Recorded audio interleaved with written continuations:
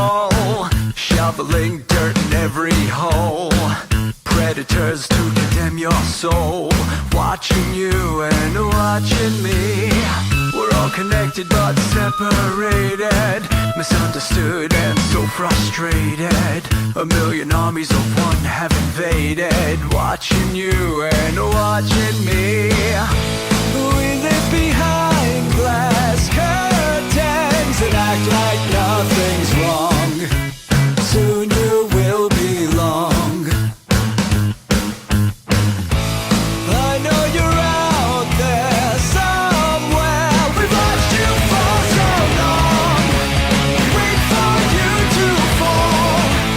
We'll expose you all. I know you're out there somewhere watching me.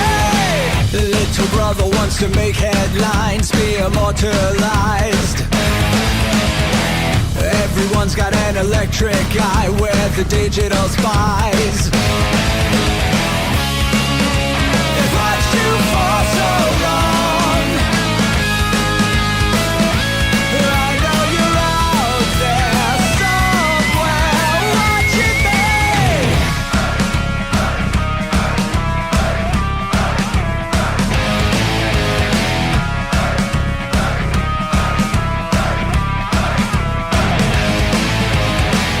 We the people have taken over.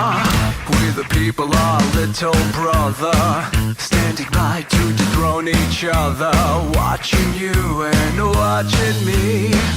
Paranoid, the lens is our weapon, desensitized in our lust for attention, democratized by our voyeur obsessions, watching you and watching me. Slaves to perfection, don't let them project you as you are. Reveal your every flaw. I know you're out there somewhere. We've watched you for so long. Wait for you to fall. We'll expose you all. I know you're out there somewhere watching me. Little brother wants to make headlines, be immortalized. Everyone's got an electric eye, we're the digital spies. They've watched you for so long. I know you're out there somewhere watching me.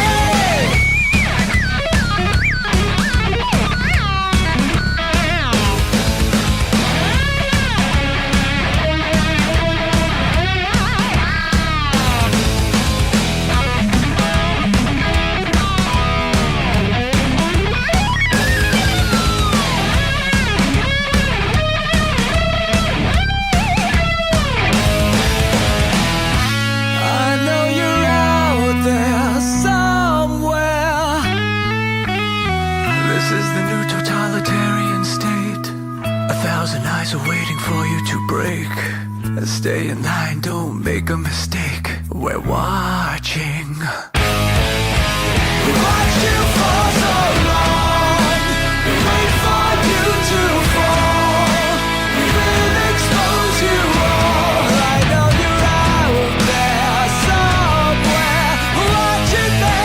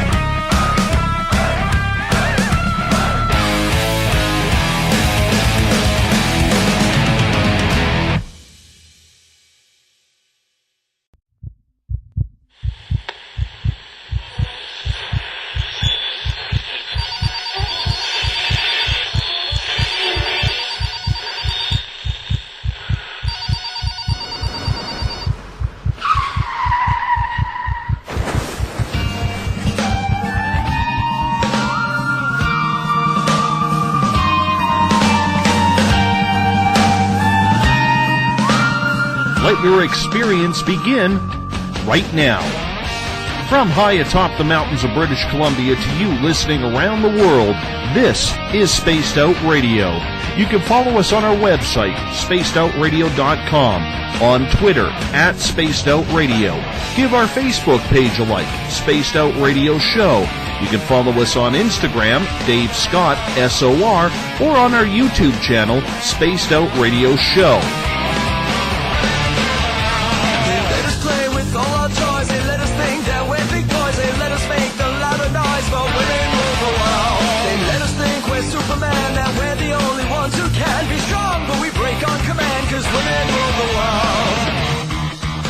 Buckle up, space travelers. It's time to go for a ride as we are live on Spaced Out Radio.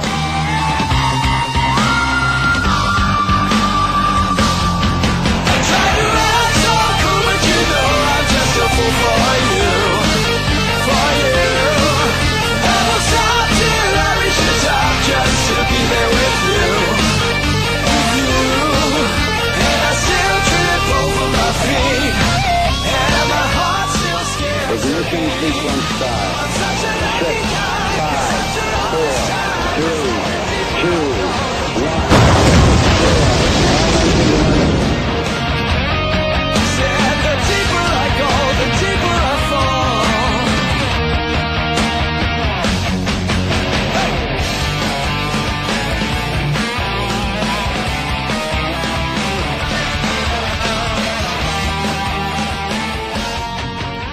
Good evening and welcome to Spaced Out Radio tonight. I am your host, Dave Scott, and thank you so much for listening in at spacedoutradio.com and on Spreaker. As once again we come in from the frozen Canadian tundra, battle our way past the wild animals, sidestep Bigfoot, and before we enter Uncle Jimbo's cabin, we take a look to the sky as they are lightening up. Boy, that's a tongue twister. Lighting up with lightning is what old Davey here is trying to say as we enter the cabin, stoke the fire, heat this place up, and broadcast you live on this Friday night, early Saturday morning if you're on the East Coast. Here at Spaced Out Radio, we broadcast 3 hours a night, 7 days a week. Why? Well, we want to be your official one-stop shop when it comes to the supernatural, paranormal, spiritual, conspiratorial, and so much more. Hey, if you like our music, you can head to the new look Spaced Out Radio website, where you'll hear the guitar god himself, Ron Bumblefoot Thal, formerly of Guns N' Roses. Check out a couple of his music videos by clicking on the Bumblefoot banner. You can also check us out on Twitter, @SpacedOutRadio. Give our Facebook page a like, Spaced Out Radio Show. On Instagram, I can be followed at Dave Scott, SOR. Subscribe to our YouTube channel, Spaced Out Radio Show, for our archives, and our website is spacedoutradio.com. At this time, we say hello to all of our friends listening in on the SHR Media Network, in the Spaced Out Radio chat room on Spreaker, along with our fans on Facebook at Euphoria Chronicles, Chronicles of the Unknown, Forest Moon Paranormal, and our flagship chat room, the SOR Space Travelers. Hey, Space Travelers, you can now head to Spaced Out Radio's website and sign up for the SOR Space Travelers Club. It's only $5 a month, that's less than a Starbucks coffee, and we will be doing monthly prize draws. You will have private group interviews, access to a special section on our website, and much more. We're going to give you a hell of a lot more than just access to our archives. Also, check out other features on the website, including the SOR Space Wire, as Spaced Out Radio's news editor, Eric Markham, has posted some great stories there, and you can read our blog section and check out who we're affiliated with as well. Tonight's show is brought to you by PurplePlates.com, helping heal your body, mind, and soul. Rivulet Reiki and Readings, providing healings in person or at a distance. The New Agora newspaper is the official newspaper of this show, and the iTunes app Spirit Story Box. It's the official ghost hunting app of SOR. Much can be said about the paranormal community. I have my own thoughts about why it seems so congested and at times out of control. The paranormal branches into so many different sections that it gets confusing to try and figure out the paths that flow off the word. For Joni Mayhan, our guest tonight, she has played in this field long enough to understand that the whole para-unity title is just that, a title. unfortunately. Differing opinions, different ideologies, different investigative techniques all lead to headbutting and mass social media arguments. And then we wonder why the mainstream won't take this field of research seriously. Personally, I love it when non-scientists say they are conducting scientific research into the paranormal. Honestly, I laugh and just shake my head. Joni, though, tonight, is going to get into that topic along with Shadow People, her writings from GhostDiary.com, and her Paranormal 101 classes that she teaches. You can find everything at JoniMayhan.com. That's JoniMayhan. She is a knowledgeable lady when it comes to hanging out with the dead. And we bring Joni into Spaced Out Radio now. Joni, welcome to Spaced Out Radio for your first time. Good to have you with us. Thank you. Good to be here. I just want to remind people right now, including yourself, over Uncle Jimbo's cabin right now, where we broadcast from in the mountains of British Columbia, there is a major electrical storm going on right now outside. The lightning is all over the place. So if you hear whining in the background, that's because the SOR dog, Doug Stevenson, that's his name, is cuddled up right behind me. He doesn't like storms very well. But the main thing that I do want to remind everyone out there, that if we go off the air, I'm going to try and get the show back on. Now, if my power goes out, I'm not going to be able to. I apologize. But we're going to do our best here. So far, so good. There's no lights flickering. Knock on wood that we can keep on going here and just make this show happen. And we're going to have some good time, fun talking paranormal tonight. Joni, thank you so much for being with us. It's a pleasure to have someone with your paranormal experience in the room because, you know what? I often fret, and it's my fault, about bringing a lot of different paranormal people on here because the agendas always seem so crass. The agendas always seem to be one-sided and lopsided, that if you don't believe a certain person's way, then you know what, it sucks to be you kind of thing. You know, and then you get all these different paranormal groups who say they're professional paranormal investigators. They go out there, they investigate the same places over and over and over again that continue to be investigated. And I kind of try and shy away from that. And it sucks because I love talking the paranormal. Something about ghosts, something about spirits, and playing with all this great technology, which I will be doing tomorrow night and Sunday with friends from Chronicles of the Unknown up here in British Columbia. But it's a field that seems to be, at times, out of control. And with someone like you who has been in this field for so long, when you look at the way it was when you started compared to the way the paranormal is now, what is the biggest differences that you were seeing from then to today? I think ego plays a huge factor in it. People see the paranormal TV shows, and they weren't so prevalent when I started off, and when a lot of people that have been in the field for a while started off. So there were really more serious investigators. Now people watch it on TV. They say, hey, that looks like fun. And they might pick up some really bad habits. Some of the shows are not as great about investigating as others. And, you know, most of it, or I should say probably 99% of it, is portrayed for TV, for audiences, for entertainment factors. So everybody that's investigated knows an investigation looks nothing like what you see on TV. Most of it's just sitting around quietly, which wouldn't play well on a TV show. But I think that it causes people to get competitive. There's a lot of people who want to be on TV. That's their goal. Their goal is not to help or to investigate or to learn more about the paranormal world. It's to be famous.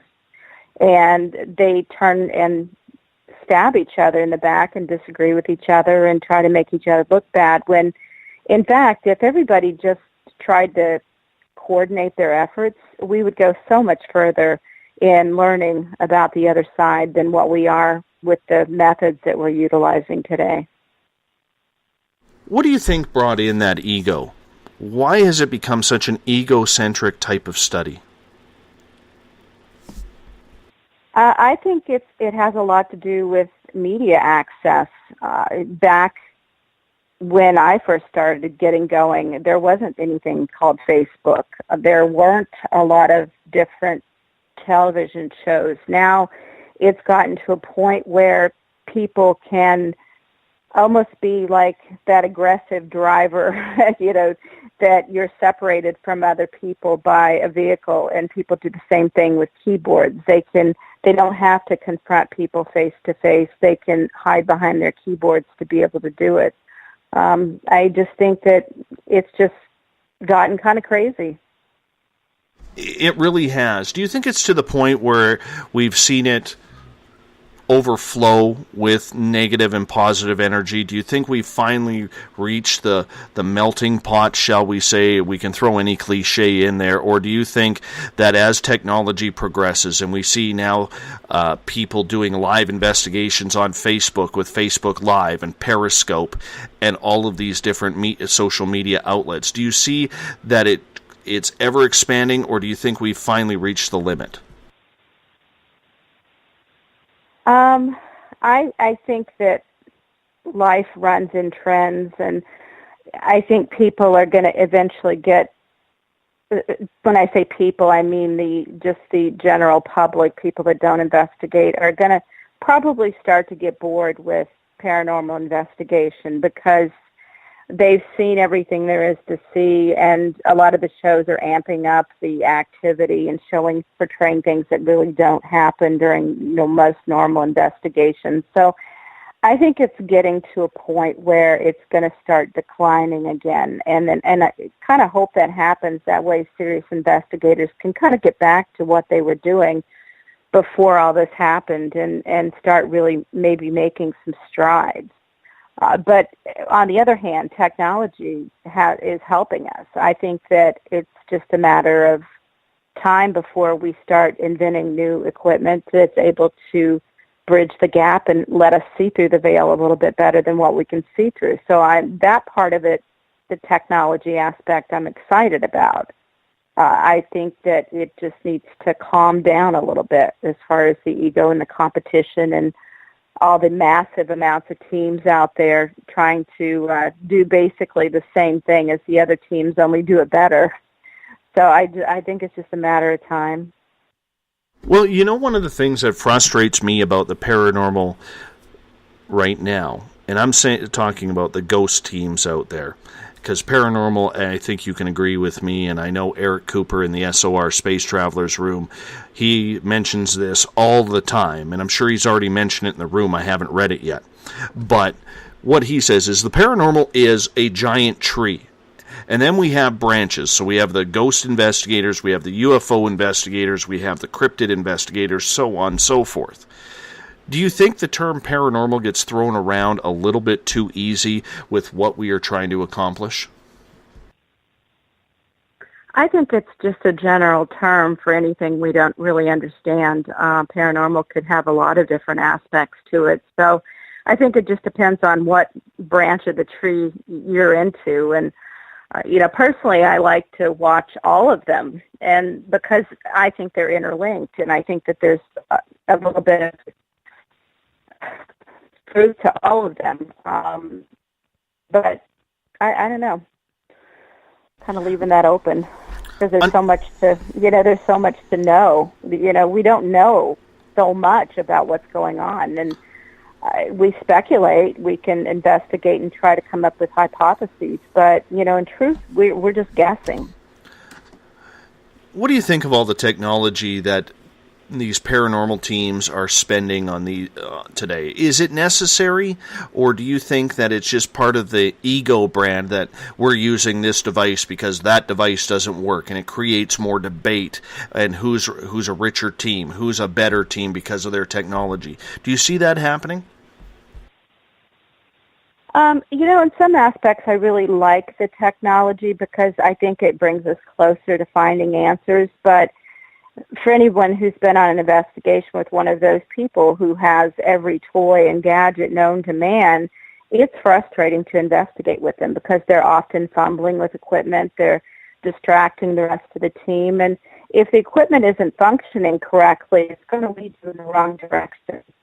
And people will, get a certain name on an audio, people start talking, to that specific ghost, and it could be, not accurate. You could be on a wild goose chase following some sort of technology. Over the years, I used to like the gadgets too, and I still do. I think they're interesting. I like to watch them, but when I investigate, all I really want is my digital recorder and a camera. And the camera really more or less just to document kind of what's going on, but not during an EVP session. I'm really more about all the EVPs than I am a lot of other things, and just experiencing what's going on without the distraction of all the equipment. Do you think, though, that for a lot of these new teams that are popping up, and there's new people every day seeming to be getting into this, that they've lost the feel of an investigation, that they really just don't have that touch or that feeling that you need to go into a haunted home or a haunted barn or a warehouse or something along those lines, because they become so reliant on that technology? I think it really depends on the team. I mean, there are some really great teams out there who have the experience or have been with another team and they want to branch off in a different direction. So I think it really depends on who you're talking about. But, I think it's become almost a social stigma. The better teams are the ones that show up with the most equipment, which we all know that's not true. A good investigator is going to use primarily their senses to feel and see what's going on. And if they're distracted by too much equipment, it's going to change the investigation altogether. Joni, what should be the purpose of an investigation? If you were to say to a lot of these teams, you need to have a focus, what should be the purpose? Well, I can't be the one that gives them their focus, because there's a lot of different aspects to it. If you're going out to learn more about the paranormal world, that would be one focus. If you're out to gather evidence of the paranormal world, to maybe gather evidence about a certain location, that would be a different focus. I've done that, and I've been there, and I've investigated a lot of different locations, just trying to gather the evidence and get the EVPs or the experiences that leads me to say, yes, this place is haunted. I don't need that anymore. I'm sensitive as well, and so I can walk into a haunted location and feel whether there's something there or not. My focus in the past few years has changed from trying to gather evidence and prove that there are such things as ghosts to actually helping the situation. If a house is haunted, I would like to be able to go in and release the soul that's trapped there, or move on the negative entity that's causing havoc in the house, comfort the people and bring them some kind of solace as to the experience that they've been having. I think a lot of teams go in and investigate, especially with a home haunting, a private residence, and they make things worse because they're trying to gather evidence, and what they may end up doing is just aggravating the haunting and making it worse for the homeowners. So, when you talk about people going back to the same locations over and over again, the public places where they can go and investigate, I actually think that's a good idea, because those places have more of a known factor, and it's a good training ground. It's a good place for people to get their feet wet and learn more about the paranormal world without possibly doing harm. Now, granted, they could do harm at some of these public locations, but I think it's a lot better than having these people that are just starting off going into people's homes and wreaking havoc with what's going on paranormally in that house, and then leaving the people there to deal with it without finding any kind of resolution. And that's one of my big beefs with this field, what you just mentioned, is people going into people's houses, because these people who are looking for a paranormal team to come into their house, They're looking for solutions. They already know there's a problem. And a lot of these teams don't come with solutions. So if you're talking to people through your class Paranormal 101, which we're going to get into later on in the show, and you're talking to individuals wanting to start a team, do you think it's important that they look for all aspects to have answers if they are going to go into home residences or buildings that are occupied by businesses, like a lot of old restaurants and pubs seem to have spirit activity? Or do you think that they should just focus on the investigation instead? I think it depends on why they're being asked to go in. If it's a home and the family is terrified about the activity that's going on, if they're going to go in and poke and prod at the resident entities there, then they're going to make it worse for those people. So unless they have experience and they're able to help resolve the haunting, I don't think they have any business going into a home environment. I think that they really need to go in with the goal that they're going to leave it better than what they found it. I very much agree with that theory on that, but we still have people who think they know everything about the paranormal going into someone's house and saying, hey, we conducted an investigation, we had to get a little rough in there and, start talking a little spiteful to the spirit to get our investigation, but we got some really good evidence for you. And that's the issue I have, because they kind of leave it at that. And I just don't see where, when you're entering someone's house, if you're a paranormal investigator and you're asked to help out a family, that going in there and telling them, yep, your place is haunted, is 100% legit, because the family already knew that. Right. And those people have no business going in and investigating a private residence. They should stick with the public places where they can gather their EVPs that they can play to all their friends and their paranormal pictures and experiences. But with home residents, I really feel like they need to have somebody on the team that's able to cross them over, move them out, make the haunting go away, in a sense. They shouldn't be there unless they're capable of making it better. Joni, what got you into the paranormal? Well, it's not what got me into the paranormal. The paranormal kind of got into me. I'm a sensitive, so I've been feeling ghosts since I was a child. And for me, I'm clairaudient, which I'm a little bit different than a lot of people. Clairaudient is clear hearing. And most people who are clairaudient hear voices or they'll hear music. For me, I hear tones. And it's similar to ear ringing. And I think there's a lot of people out there that are clairaudient that don't know it. They may blame it on tinnitus, which is actually a medical condition. Some people have ear ringing. But if you hear ear ringing at odd times, I always recommend that people do one simple thing to determine whether it's tinnitus or paranormal. Turn your head. If the sound gets louder or softer, it could be something that you're hearing that's paranormal, and that's really what happened to me. And as a child, I understood what it was right off the bat, because children don't have those same filters that adults have, and it takes somebody to say there's no such thing as ghosts. You're just imagining it before you really start doubting what you're feeling. And that's what I did for a good part of my life, and it truly frightened me. So I really backed away from it, and I tried to explain it off as, I just have ear ringing, or I'm hearing frequencies that other people can't hear. Maybe I just have really good hearing, or I tried to blame it on a lot of different things, but it wasn't until I was really in my 40s that I decided to embrace it instead of try to push it away. And it's like a muscle. The more you exercise it and the more you work with it, the stronger it gets. And that's what happened with my clairaudience. It went from being just one small factor to turning into something much stronger.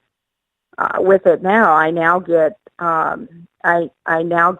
clairvoyant images coming to my head when I hear the tone. I can tell you where it is in the room. I can tell you whether it's male or female, good or bad. A lot of times I can tell you what it wants. I'm not quite to the point where I can communicate, but it's part of my life that I really didn't have a choice in the matter. It was something that was gifted to me at birth, and I either deal with it or I don't. And if you don't deal with it, you end up spending your life in fear or questioning your sanity. And the more I've embraced it, the more I've questioned everything and learned and have gotten a lot stronger, and am able to help other people who were in the same place that I was when I first started out. They think they're crazy, or they think they don't understand why they're feeling the things that they're feeling. And it's just a matter of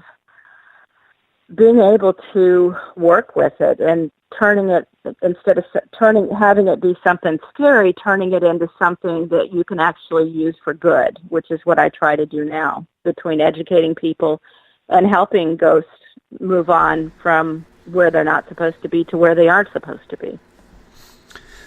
Joni, I'm going to get you to hold on here. We're going to take our first break of the night. Joni Mayhan is our guest on spacedoutradio.com. You can check out her website, jonimayhan.com. She is a paranormal instructor with a class called Paranormal 101. She is an author. She's a longtime paranormal investigator, and I would call her an expert in this field. Great guest tonight for you paranormal junkies out there. You're listening to Spaced Out Radio. I am your host, Dave Scott. We'll be right back after this break. Would you like to become one of our space travelers? All you have to do is click on the Space Travelers icon at spacedoutradio.com. For only $5 a month, you can get access to some great prizes, as well as private monthly shows, newsletters, and a members-only section on our website. Become a space traveler today. Hi there. This is your medium, Joanna, from Spaced Out Weekend, 2 Mediums and a Large. I would love it if you would come and join us with host James Tyson every other Sunday on Spaced Out Weekend. Together, we will take your calls and your questions live. Our goal is to provide you with a positive outlook on deep questions that you may have. Questions regarding love, relationships, money, or whatever else is on your mind. Come and check us out at spacedoutradio.com. Every Saturday and Sunday night, as Dave Scott wanders aimlessly in the wilderness, you can come hang out with me, James Tyson, in Spaced Out Weekend.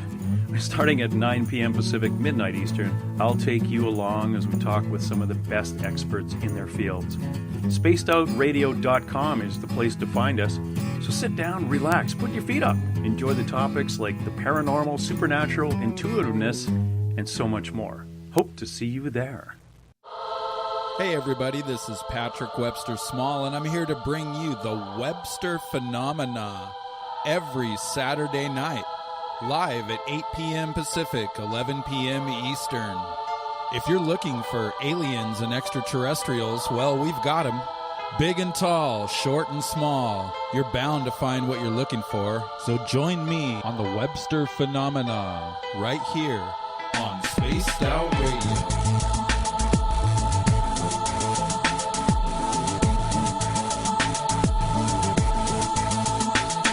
Visit purpleplates.com today. For over 40 years, the Purple Energy Plates have been delivering amazing results for their many customers.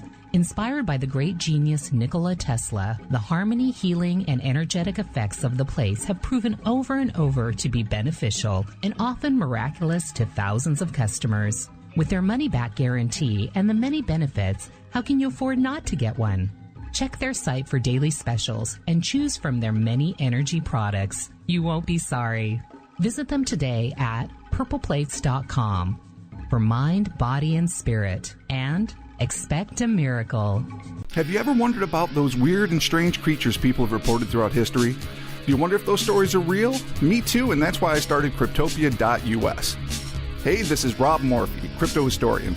Join me once a month on Spaced Out Radio with Dave Scott, where we will get into the odd and bizarre reports, from the Dover Demon to hairy hominids and everything in between. I will break down what people like you and me are seeing at spacedoutradio.com. Looking for a place to advertise at a very reasonable cost? Look no further than Spaced Out Radio. SpacedOutRadio.com has an advertising tab that you can click on to check out our daily, weekly, and monthly packages to play on radio or our website, including social media. From commercial spots to banners, we have it all. Check out our competitive pricing today. Hi there. I'm Butch Witkowski, lead investigator with the 4 Cop. On the final Monday of every month, you can listen to me and host Dave Scott on Spaced Out Radio's Strange Days. We're going to get to the heart of the matter when it comes to what's happening out there. People are seeing and experiencing things from ET contact to Bigfoot, and I want to hear about it. Your experiences are what we investigators need to help solve these unknown mysteries. So tune in at spacedoutradio.com to the final Monday of every month from Butch Witkowski's Strange Days. Want to connect with us online? Find us on Facebook, Spaced Out Radio Show, on Twitter, @Spaced Out Radio, on Instagram, Dave Scott, SOR, on YouTube, Spaced Out Radio Show, and our website is spacedoutradio.com. All right, space travelers, here comes the second half hour of Spaced Out Radio. And welcome back to Spaced Out Radio tonight. Good to have you with us on this Friday night. After this show, I am packing up, heading into the mountains. I'm going to get past all those lightning bolts coming down, find myself a good cave with a Wi-Fi signal so I can find my Zen, my Chi out in the wilderness, and tune in to Spaced Out Weekend Saturday and Sunday night with Elizabeth Anglin and Uncle Jimbo James Tyson as they come in for the weekend crew before I am back here talking more paranormal on Monday night with the team of Chronicles of the Unknown. If you want to follow us on Twitter, you can do so at Spaced Out Radio. Give our Facebook page a like, Spaced Out Radio Show. On Instagram, I can be followed at Dave Scott, SOR. Our YouTube channel is Spaced Out Radio Show. Subscribe to that to hear our archives. And our new look website is spacedoutradio.com. While visiting spacedoutradio.com, you can check out who we affiliate ourselves with. You can read the SOR Space Wire by our news director, Eric Markham. You can also check out the SOR Space Travelers Club. Sign up for it for just $5 a month. And with your membership, you get a private section on our website, you get automatically entered into monthly draws, and so much more. Spaced Out Radio's SOR Space Travelers Club, just $5 a month. Tonight we are talking all things paranormal with Joni Mayhan. Her website is jonimayhan.com. She is a paranormal teacher, a paranormal investigator, a paranormal author. You've really built quite the lifestyle around the paranormal, Joni. It's my life, like it or not. Hey, like you said, they brought it to you. You didn't go looking for it. Right before the break, we were talking. That's right. We were talking pretty heavily about paranormal teams, paranormal investigation, the purpose of it. A lot of teams say they are scientific. I always get a good chuckle out of this because usually not one member of the team has any scientific background. What do you think of them, or just ordinary groups, bringing in the whole science aspect of paranormal investigation? Well, I think that they are trying to use the equipment and the term scientific to legitimize what they're doing, because you and I both know that the equipment it's not fail-proof. Things happen with, for example, a K2 can be set off by somebody who forgot to turn off their cell phone. Or if someone has a walkie-talkie, they can click it and make your K2 go off. I've seen a lot of teams using flashlights for communication, where they use the mag light and they turn it in between the on and off position, and they'll say, "Is anybody here?" and the flashlight comes on. And there's actually a scientific reason why that flashlight comes on and off. It's hard to be scientific in a field that is so elusive, because you can use your equipment, and I do have equipment that I do use, but like, for example, when I bring a Mel meter with me when I investigate, and I use it more or less for debunking, because if there's a high EMF field or some kind of electrical device that's putting off a lot of electromagnetic energy, that could cause someone to feel like they're being watched. It could cause headaches. It could cause actually hallucinations. It could actually lead to some serious health concerns as well. So I will walk around and I'll use my EMF detector, especially in places where they feel that the location is haunted, to see if I can find any spikes in the electromagnetic energy. And a good example would be I was invited with some other people to investigate a restaurant, and they felt like there was paranormal activity going on, but one of the big things that they said was happening was the wait staff and the cooks were always at odds with each other. There was always a lot of hostility and a lot of anger going on. And when I walked around with my EMF detector, I discovered that there was a piece of equipment that sat right between the window where the waitresses waited for the cooks to put the food through. It went off the scale. It went up to past the point where it wouldn't record it. Like, it made my mail meter actually shut off. And understanding what EMF can do to people, that could make people anxious, aggravated, angry. So not saying the place wasn't haunted, because there was something going on there, but the reason why the wait staff and the kitchen people were at odds with each other was because they had actually two pieces of equipment that were possibly fire hazards.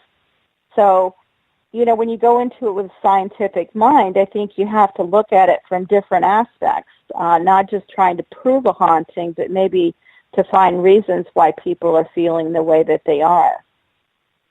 And I think it makes perfect sense, but there's also all these so-called scientific teams that refuse to use a intuitive, such as what you are, or a psychic person who has the ability to communicate with the deceased, because they feel it's unregulated research. They feel that it does not prove without a shadow of a doubt that there is actually anything there. And how can you really trust a psychic mind? So they refuse to use that ability. What is your opinion on the use of a psychic in a paranormal investigation? Well, because that's kind of where I've gone to most of my class. I used to teach my class live in the town of Gardner, Massachusetts, before I moved from Massachusetts to Indiana. And many of my students, a lot of people that are drawn to the paranormal world, do have some sort of ability. And once they start working with it, who knows what could end up happening. But most of my students were pretty talented, gifted mediums, and they were able to go into the location and feel what was there. And what we always did was, I always hated when I would go on a public investigation and have one so-called medium in the group, and they would start spouting out what they were feeling. And it didn't give anybody else a chance to really feel what was going on, or even, using their equipment to determine what was going on. Because if she said, oh, there's a woman in Victorian dress standing in the corner, she's very angry, her name is Catherine, that's the entire investigation is going to start focusing towards that direction. What we do instead to try to eliminate that is we go in with pen and paper, and we walk through the location, and everybody writes down what they feel, and we don't talk to the homeowners at that point. We don't want to really know what's going on, because we want to be able to see if we can determine it on what we're feeling. And psychic mediums, they're not completely infallible. You can be tricked, you can be misled, you could get the wrong impression. We're just filtering it through our human bodies. So nobody's perfect on that aspect. But if you have 3 or 4 people going through with gifts, and they're able to feel what they're feeling without anybody telling them what they're feeling, then we go out and we compare notes, and we try to set up a game plan. Okay, what are we going to do at this point? So, we go into it with the aspect that we're going to try to make it better. If there's something there that's causing the family to be fearful, we're going to try to move it out. And we're not there to document. A lot of times with the house cleansings, I don't even bring any equipment except my mail meter, just to try to eliminate EMF problems. We go in with the determination of what we're going to do to make it better. Granted, when we're finished, we don't have any great EVPs to show our friends, and we don't even really talk about that we went there. It's not a public, look at me kind of investigation. It's going in simply to try to help those people that are living in hell and try to make their lives better, and also help the ghosts that may be trapped there for one reason or another and help them find peace as well. So, if a team doesn't have a medium on the, what are they trying to do? What is their goal? Is it just to collect evidence? Because the homeowner, if it's a home, they already know it's haunted. They're having activity. They're having things happen that are causing them fright. But if you don't have a medium on the team, how is that scientific team going to make things better? One of the things that I never like to see on a paranormal investigation is a psychic medium who can communicate with the dead using any type of technology. I think, for me, if I see a psychic carrying around an Ovilus or a K2 meter or a ghost box or something like that, to me it dissuades me from their potential knowledge that they are going to bring to an investigation. Do you believe that any psychic that goes into a paranormal investigation should really just keep their hands to themselves? I think everybody has varying levels of ability. If it's someone who is really, really gifted, they're not going to need that, nor are they going to want it. They're going to trust themselves more than they're going to trust a piece of equipment. But people who are exploring their abilities and maybe aren't completely confident in their abilities, sometimes those things do help. I think it depends on what the purpose is that you're going in for. If you're going to on a public event, you're trying to just collect evidence and have an experience, then I think anybody's allowed to use whatever they feel capable of. But if you're going in and you're trying to make things better, it depends on that person's ability. And if they're not really good, maybe they shouldn't be there to begin with. I don't know. I can't, I don't make the rules for this. So, my opinions are based on my experiences, and just what I see makes things better or makes things worse. And that's really what it's about for me. Whether they're just there to make things, to get a good EVP or to get an experience, or they're there to make things better. So I think it just depends on that focus. Do you think there's too much emphasis on debunking rather than trying to figure out if a place is haunted or not? Now, I realize and I agree that if you go into a paranormal investigation, you should be skeptical. You should look for human answers to what is going on, because that's going to tell whether or not a place is truly haunted. But on the flip side, a lot of these guests look to disprove instead of prove that the paranormal is actually existent. Well, I think it is what it is. Either it's haunted or it's not. And as a sensitive, I don't need to go in and look for all the reasons why it's not haunted. I can feel it. But is the haunting, or are the issues that they're having due to the paranormal, or are they due to natural occurrences? And we have had situations where people are hearing tapping on their windows, and it's pretty obvious there's a tree branch right outside the window that if it's windy, it's going to tap on the windows. There's squirrels in the attic.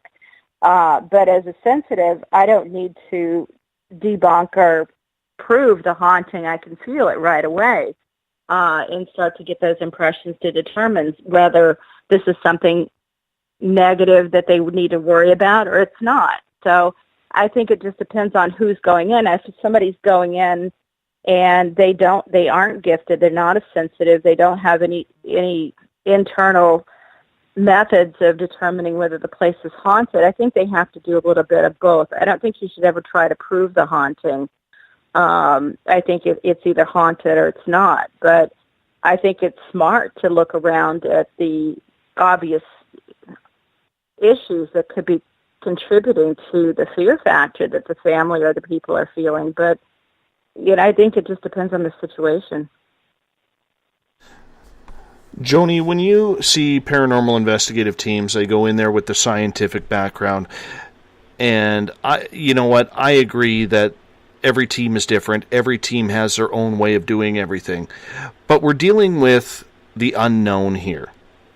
And do you think there is enough respect in the paranormal field for the dead?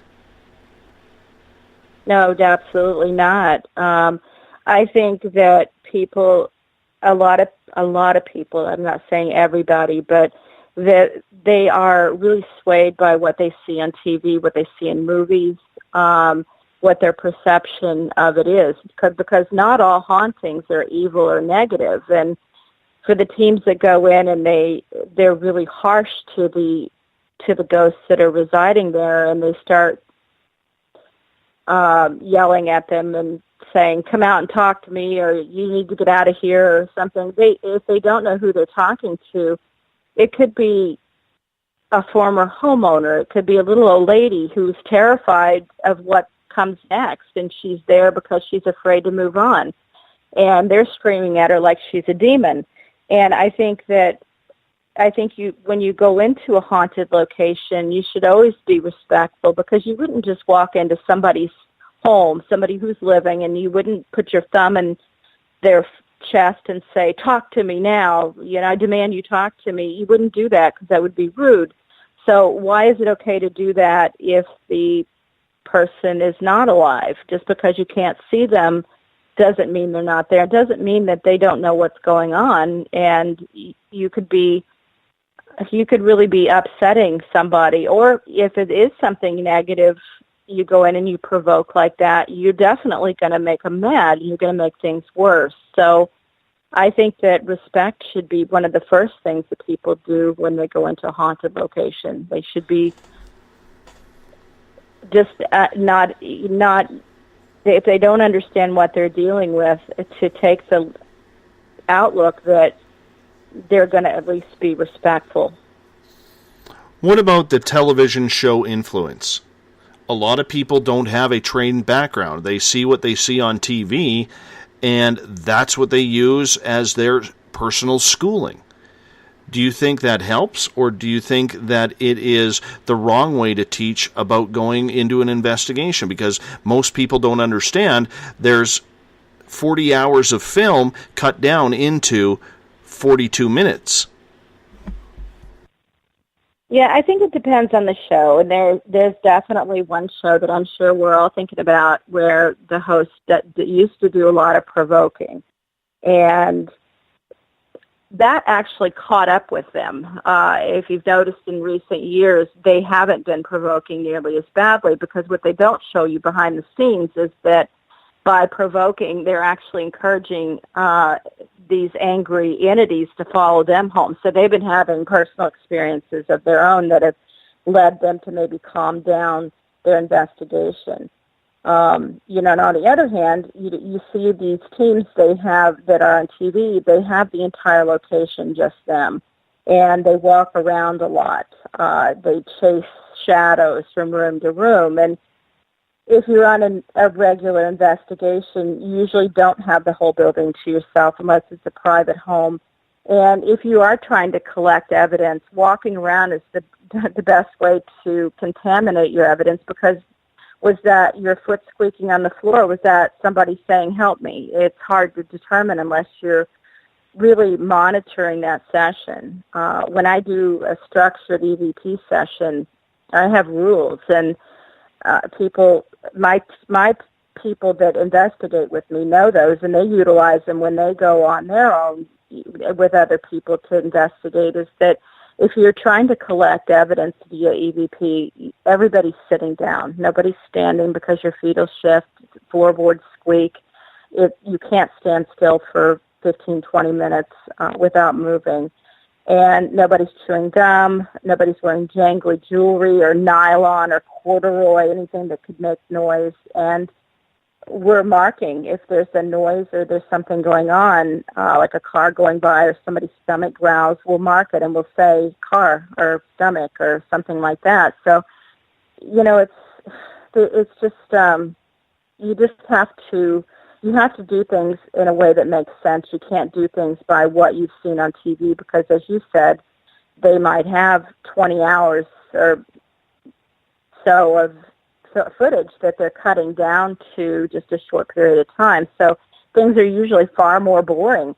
You'll spend hours with nothing happening. You could have the whole night with nothing happening. It's not like they show on TV. And sometimes on TV they make things happen when things don't happen, because they have to have viewers. And a normal investigation is often quite dull. You're sitting around in the dark talking to shadows, and you may or may not get any kind of reactions. You may not see anything. An investigation is nothing like what you see on TV, and if people want to get involved in investigating, I always say go to meetup.com and look for a paranormal group in your area, and there's a lot of people that will offer paranormal classes, or they'll offer like a meetup group where you can get your feet wet and you can see what's going on. If you can't find that, try to find a paranormal team that's willing to work with you to help you to learn, and each team's going to be different, so people are going to learn different things, but, that's okay. You have to use a lot of common sense and read as much as you can. Try to understand what's going on behind the scenes that you may or may not see, and kind of go from there. A lot of people seem to be focused on demons these days. We've seen a huge influx over the last year and a half or so in regards to how many demonologists are out there now. It seems like television shows are running around and all they're finding and running into is demons these days. Now, when I've talked to people who have had a long time in the paranormal field, 20, 30 years, they just shake their head and they laugh at this, saying, I've maybe in 20 years come across 2 demons. And they think it adds to a real negative look at the paranormal and the investigations that are actually done. What is your take on demons? Well, how does anybody know truly if they've dealt with a demon or not? I think there are a lot of negative entities that will pose as demons because it brings about a bigger fear factor. I feel that they feed on fear, and if they can make you scared, it's like giving them a buffet. So a lot of times they may puff themselves up trying to look that way. On the other hand, I also think that television has made it seem like there are more demons out there than they are because they ran out of things to scare people with. The normal hauntings weren't enough, so demons seemed to be the next logical outlet to go to. Since I've been working, though, with Michael Robichaud, who I wrote my book, Rune of Souls, about, he's a shaman, and he is able to remotely assist people. And it's something I personally experienced. And I will say I'm a skeptic first and foremost. I have to see it before I really believe it. And he has really resolved a lot of hauntings. And he does run into demons, but I think that it's not as prevalent as people are saying it is. And I think sometimes teams might say they came across a demon because the same reason the TV shows do, because it makes it seem worse than it is. It brings out that wow factor that people are looking for. So I don't think most people run into demons as often as they say they do, but I do feel they exist, and I think that they're attracted to certain people, certain situations. So I don't think your average investigator is probably going to run into them, but who's to say? How do we know what's a demon, what's not a demon? I mean, it's not like they carry an ID and we can card them. So, it could go both ways. We could be running into demons that are presenting themselves as ghosts, and we could be running into ghosts that are presenting themselves as demons. There's really no true way to determine what they are. Even psychic mediums are fooled.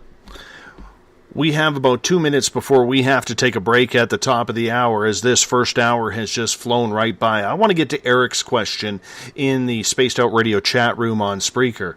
And he is asking, Joni, is there a way to test or vet a psychic medium? I have seen way too many posers.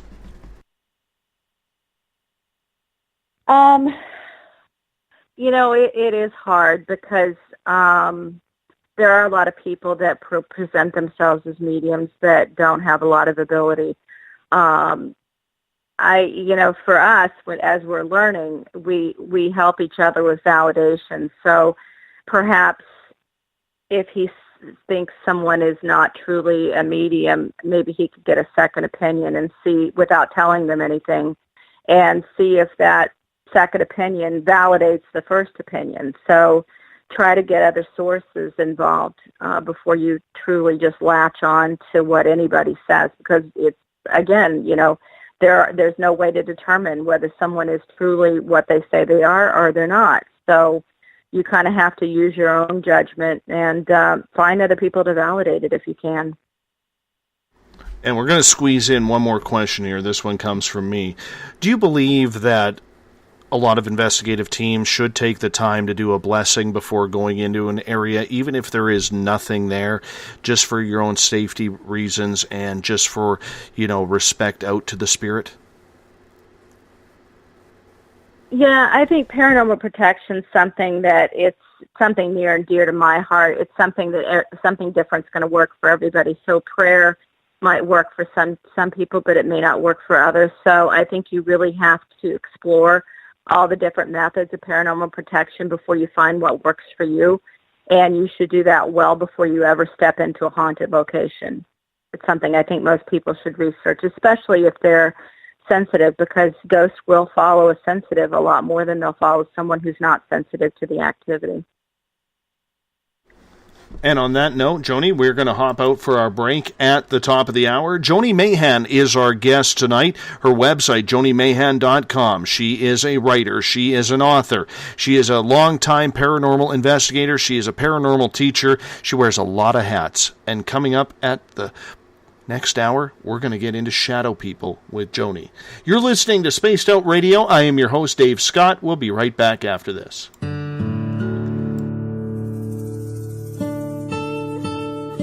Greetings and salutations, space travelers, from the Chronicles of the Unknown team. What is Chronicles of the Unknown? I keep hearing about this thing. It's a new paranormal reality TV show based right here in beautiful British Columbia, Canada. Follow our team as we uncover claims of activity on the Caribou Gold Rush Trail. You can also follow us here every third Monday, where 2 members of our team will be available to answer your questions. We'll give you some equipment updates and some of our experiences on the road, right here on Spaced Out Radio on the Spreaker.com network.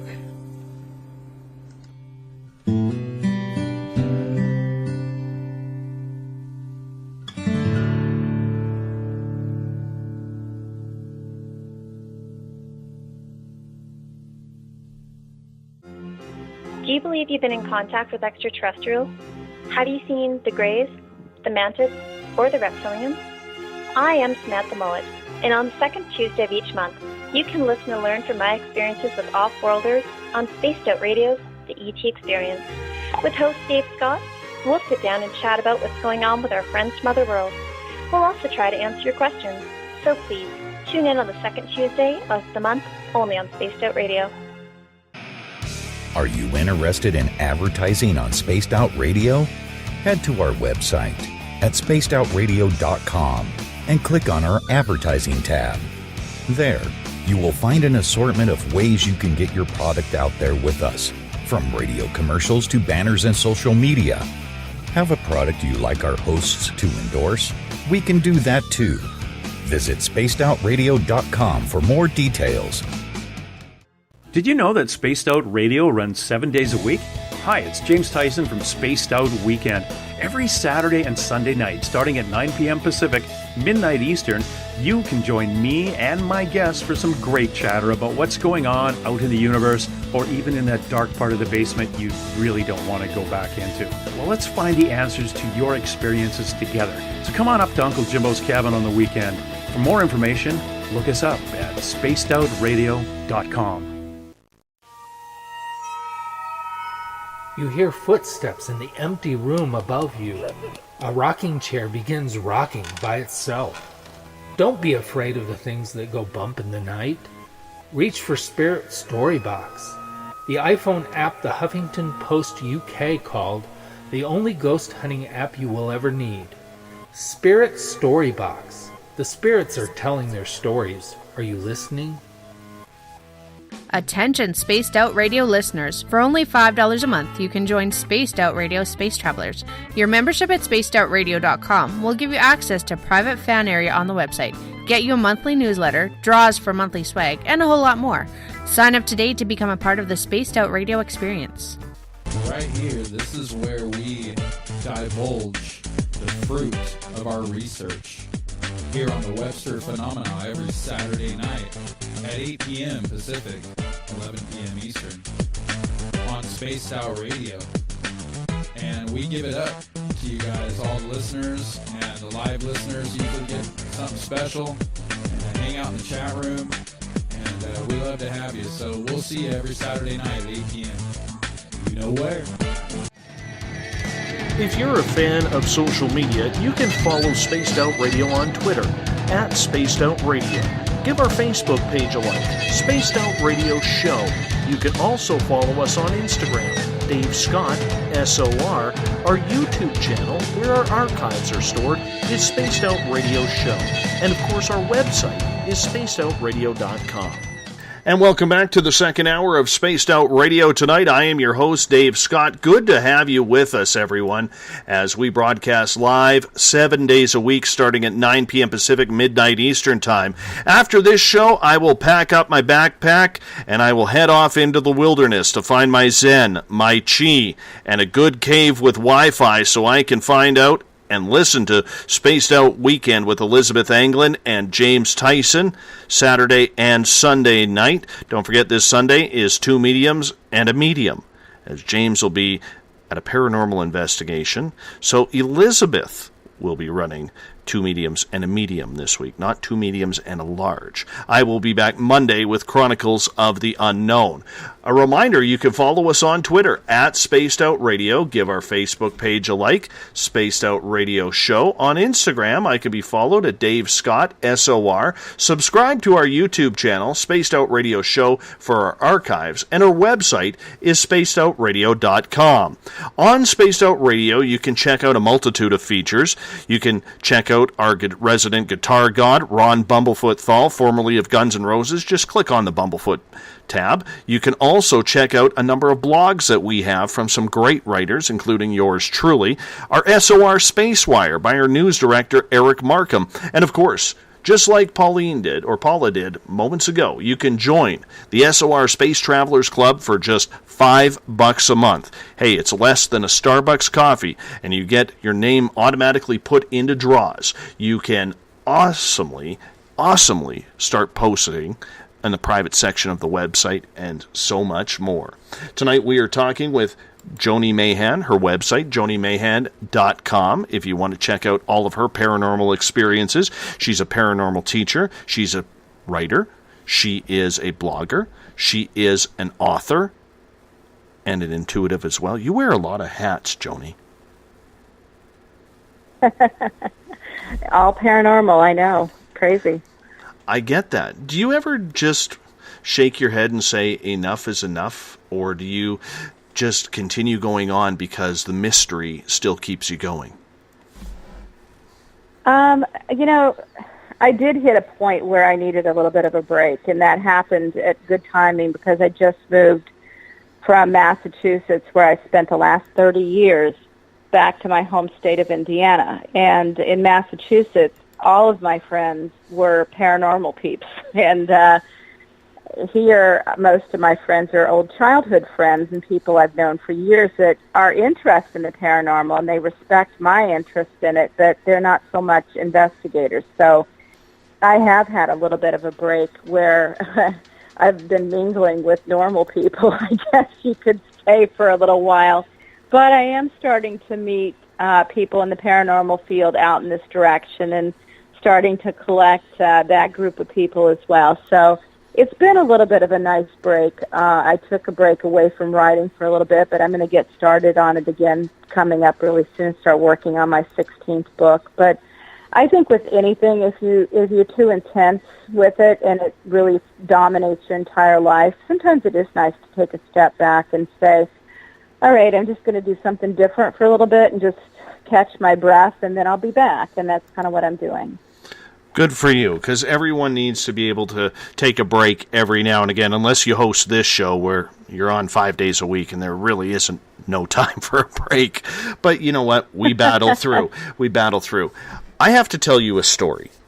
A number of years ago, when I was going through a very, very tough separation and divorce with my ex-wife, I happened to be listening to Art Bell on Coast to Coast one night, and he was talking about shadow people. And about 3 weeks later, I lived in a basement suite where I had to walk around to the back of the house in order to get to my front door, as much as that makes sense in an oxymoron way. And I had one of those sensor lights at my front door. And I was coming home from work because I worked at the radio station in Vancouver, and it was about 1:30 in the morning. I come around the corner, and as I'm approaching the corner, I notice that my sensor light is on. So I kind of took it wide because I'm like, uh-oh, who is there? Who's standing at my door? And as I took the corner wide around the house to see who was there, unbeknownst to me, I'd never seen or had a shadow person experience before in my life. But there is a shadow person standing right at my front door, standing there. It looked very cartoonish. I will never forget how cartoonish it looked. But one thing I do remember about it, I saw the head, I saw the body, the upper torso and the legs, but there were no hands and there were no feet. And then this creature turned, looked at me, and behind the house there was a cement retaining wall, the big cement bricks. And after it turned at me, it turned back, and I watched it run right into those cement retaining walls. And it blew me away. Wow. Are shadow people good or malevolent? And the reason why I asked that is, on that Coast to Coast show that I recall listening to 3 weeks before this happened, I was listening to the guest that night, and be darned if I can remember his name. But he was saying that shadow people come around during the lowest parts of your life, when you're going through a tough time, a depressive state. Your anxiety is very high because they want to try and keep your energy low. Tell me about what you think shadow people are. Well, I think it could be a number of things. And just to go back to what you said about being at your lowest place, when people are at a low place, their defenses are down. And that's how I'm a little bit of a ghost. I'm a lot of a ghost magnet. Ghosts tend to follow me. So paranormal protection is something that I've spent many years researching and practicing and attempting to figure out the best method. But when your defenses are down and you're depressed or you're sad or you're tired, that's when you're going to have the most experiences. That's when you're going to get an attachment. If something's going to follow you, they have a much easier time doing that. So as for whether shadow people deliberately stick around during that period of time, I think you attract what you emit. So if your personal vibration is very low, you're going to attract in lower vibrational entities. If your vibration's high and you're happy and everything's going pretty well in your life, and you are more of a glass half full person than a glass half empty, then you're probably not going to experience those things because it's almost like you become invisible to them. You're radiating at a higher vibration, which makes you almost in a different plane of existence. I believe that shadow people are a combination of things. Again, they don't carry IDs, so you can't card them and say, what are you? Are you a demon? Are you a ghost? Are you a shadow person? I think sometimes they present themselves in shadow based on your experiences. If you're terrified of shadow people, sometimes you may get a ghost that'll present itself as a shadow person just to really get to you. I have seen shadow people, but only flickers, quickly moving, like true shadows. So I have not seen what you've seen, and I'm kind of glad that I haven't. I think a lot of it is because I keep my vibration pretty high. After I experienced The Soul Collector, which was my first paranormal book, I attracted something very dark when I went investigating when I was in a bad place, and I shouldn't have gone. I have since turned down many great locations because I was tired or I was not in the great state of mind. So I think you have to really, that should be your first line of paranormal protection is how am I feeling? Shadow people, I really don't think most of them are good. I don't know if I'd go into saying evil. I think it's one of those things that you could ask 20 people what a shadow person is, and you're going to get 20 different answers, because honestly, we don't know. We can guess, we can theorize, we can say what based on our experiences. I tend to think that they may be, that they're not human, most of them, unless it's a ghost presenting itself that way. I wouldn't say they're demonic. I would say they maybe fall into that interdimensional category where they're really not from this dimension, and they're just parting through.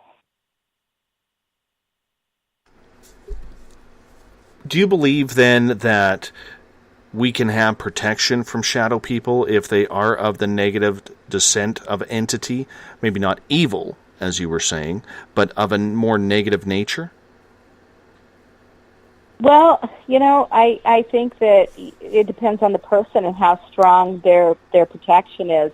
Is a crucifix going to work? Probably not, because they have to have had that experience with religion to be able to even recognize it, unless it's something that you've latched onto, and it forces it. It's almost like most paranormal protection is almost like an easy button for something you already have in your body to keep you protected. So you put on that crucifix, or you put that black tourmaline in your pocket, and it makes you feel protected, so therefore you are more protected. So a lot of it's your own personal belief. I think that for me, learning how to ground and shield, making a personal bubble of energy around myself is my best line of defense, and it took me years to get to a point where I was capable of doing it and doing it effectively. But some people are better at that than others. It depends on how well versed they are with their own body's energy and being able to command it to a point where it's helping them. So I think it really depends on the person. So it's not a one size fits all kind of answer, but it just depends on the person. Max in the Spaced Out Radio chat room on Spreaker is asking, how do you get rid of shadow people? I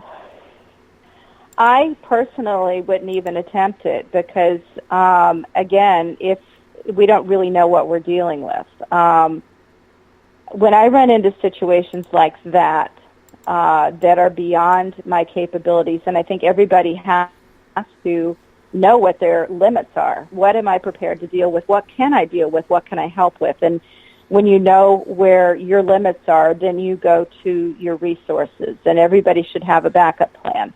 What would happen if I ran into a shadow person or something demonic or something really negative and powerful that I'm not able to handle? Who am I going to call? And when I went through the Soul Collector, I didn't have really anybody. I had one person who was kind of helping me, kind of not helping me, kind of making things worse. And now I have an arsenal of people that can help me. So my go-to person right now is Michael Robichaud from my book, Rune of Souls. As a shaman, he's able to, as a shaman with a lot of ability, he's able to come and look at the situation and tell me what it is that I'm seeing or what I'm dealing with. And then he's able to move it on or, figure out a way to make it better. So I think it just, you have to know who you can go to for things like that and have that plan in place before you ever start to investigate. That's a big part of paranormal protection, is having that backup. I have a couple people asking this question. This is from Steve in the Spaced Out Radio chat room on Spreaker and Joe in the SOR Space Travelers Club on Facebook. How does the Hat Man fit in with shadow people? Oh, I've talked to people that have actually seen the Hat Man. I think it's something interdimensional, and I think that it is using that image to create fear, to identify himself. It could be more than one. It could be quite a few of them. I think it's another level of shadow people. I think it's something maybe possibly elevated, maybe something a little bit more powerful. But, again, my opinion. I have no way of determining exactly what they are. I can just tell you based on my experiences what I think. Disgrazia in the SOR Space Travelers would like to know, where do you think they come from? I think they come from another dimension. I think that that they're able to slip through some sort of gap. And I come to that, I don't know if you're familiar with Skinwalker Ranch. I did an article for the Ghost Diaries on them, and it was one of those stories that ended up taking on a life of its own because I couldn't stop researching. I became so fascinated with that location. It's a ranch in Utah that started off with kind of a normal haunting, but then it evolved into UFO sightings and shadow people sightings. And one of the stories where they were watching an area, surveilling just to see if anything paranormal happened, and they watched a doorway open in the sky that was blacker than black, and something stepped out of that doorway, and then the doorway closed and it moved along. And I've heard similar stories over the years, so I think that there are a lot of different dimensions sitting alongside ours, and I think that they slip through.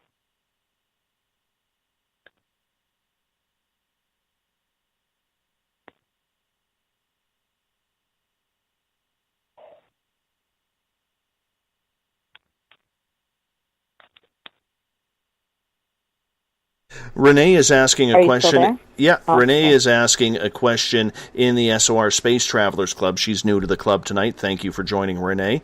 She is asking, do you think that shadow people can just materialize themselves, and as they travel between dimensions and become 3D to 2D? You guys are asking some tough questions. I don't know. I think that if they're capable of moving between dimensions, they're probably capable of cloaking themselves so that we can't see them. You know, like the one you saw in your driveway, you know, disappeared into a rock wall. So, yeah, I think that they can alter themselves or cloak themselves so that we can't see them, because otherwise we'd be seeing them everywhere. We're going to get to another question here from Pamela, a new listener in the Spaced Out Radio chat room on Spreaker.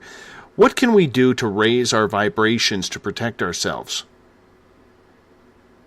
Well, I think it's a life change. You have to not be the person that always looks at the negative. You have to try to find the positive in every situation and just try to keep yourself happy. Things that raise your vibration or that are quick fixes would be something like music or dancing or maybe taking a walk, doing something that you find pleasing, and trying to make sure that you have enough of that in your life that you're able to keep your vibration high. I mean, for me, you know, I went from being, you know, oh, poor me, look at all the bad things that are happening to me, to changing it around to saying, well, these things must be happening to me to strengthen me, to build up my personal experiences so that if I deal with something worse, I'll be prepared for it. So I turn devastations into opportunities. So I think you just have to change your life that way. And since I started doing that, the attachments that follow me home aren't the dark, creepy variety. I get more just lost souls. A lot of women or men that are just human that are looking for help. They recognize me as a beacon. They're attracted and drawn to me because they know that I can help them, instead of just ones that are following me because they know they can hurt me. So vibration really is very important. Shar is asking in the Spaced Out Radio chat room on Spreaker, are they solid black? I think they're blacker than black. It's almost like when you're in a dark room, sometimes you can see them because it becomes even darker. It's almost like a complete absence of anything. And we'll get to one more question here. Stone is asking in the Spaced Out Radio chat room on Spreaker, have any shadow beings talked to you? No. I had limited experience actually seeing them. Usually it's a quick out of the corner of my eye. Now, when I was writing Ruin of Souls, one of the stories in there, one of the people had a shadow person creep across their ceiling, which is almost, it takes you into another definition of a type of ghost, which would be a creeper or a crawler. But it went across her ceiling almost like a lizard, and she watched it move from one end of the room all the way to above her bed, and that's when she jumped up and fled her bed. So usually when people see those, they're not thinking, oh, that's Grandma, or, that's the old lady that used to live here. How you feel and how you interpret it usually is pretty accurate. If it scares you, it's probably not good. We always tend to think as shadow people of being a masculine variety. Are there female shadow people, or is it just asexual? I think it's asexual. I don't think that they're male nor female because they were never human to begin with. I think they take a form that we recognize. They take a humanoid type form. Maybe that's not their shape at all. Maybe they know that if they take this shape, that it's going to be something that we recognize, and it's something that can cause more fear. What about animals? A lot of people have said they have seen, vicious-looking dogs or strange-looking cats. Do they present the same type of fear or the same type of energy negatively as a shadow person would? I think it depends on the person they're presenting themselves to. If that person finds that fearful, then yes.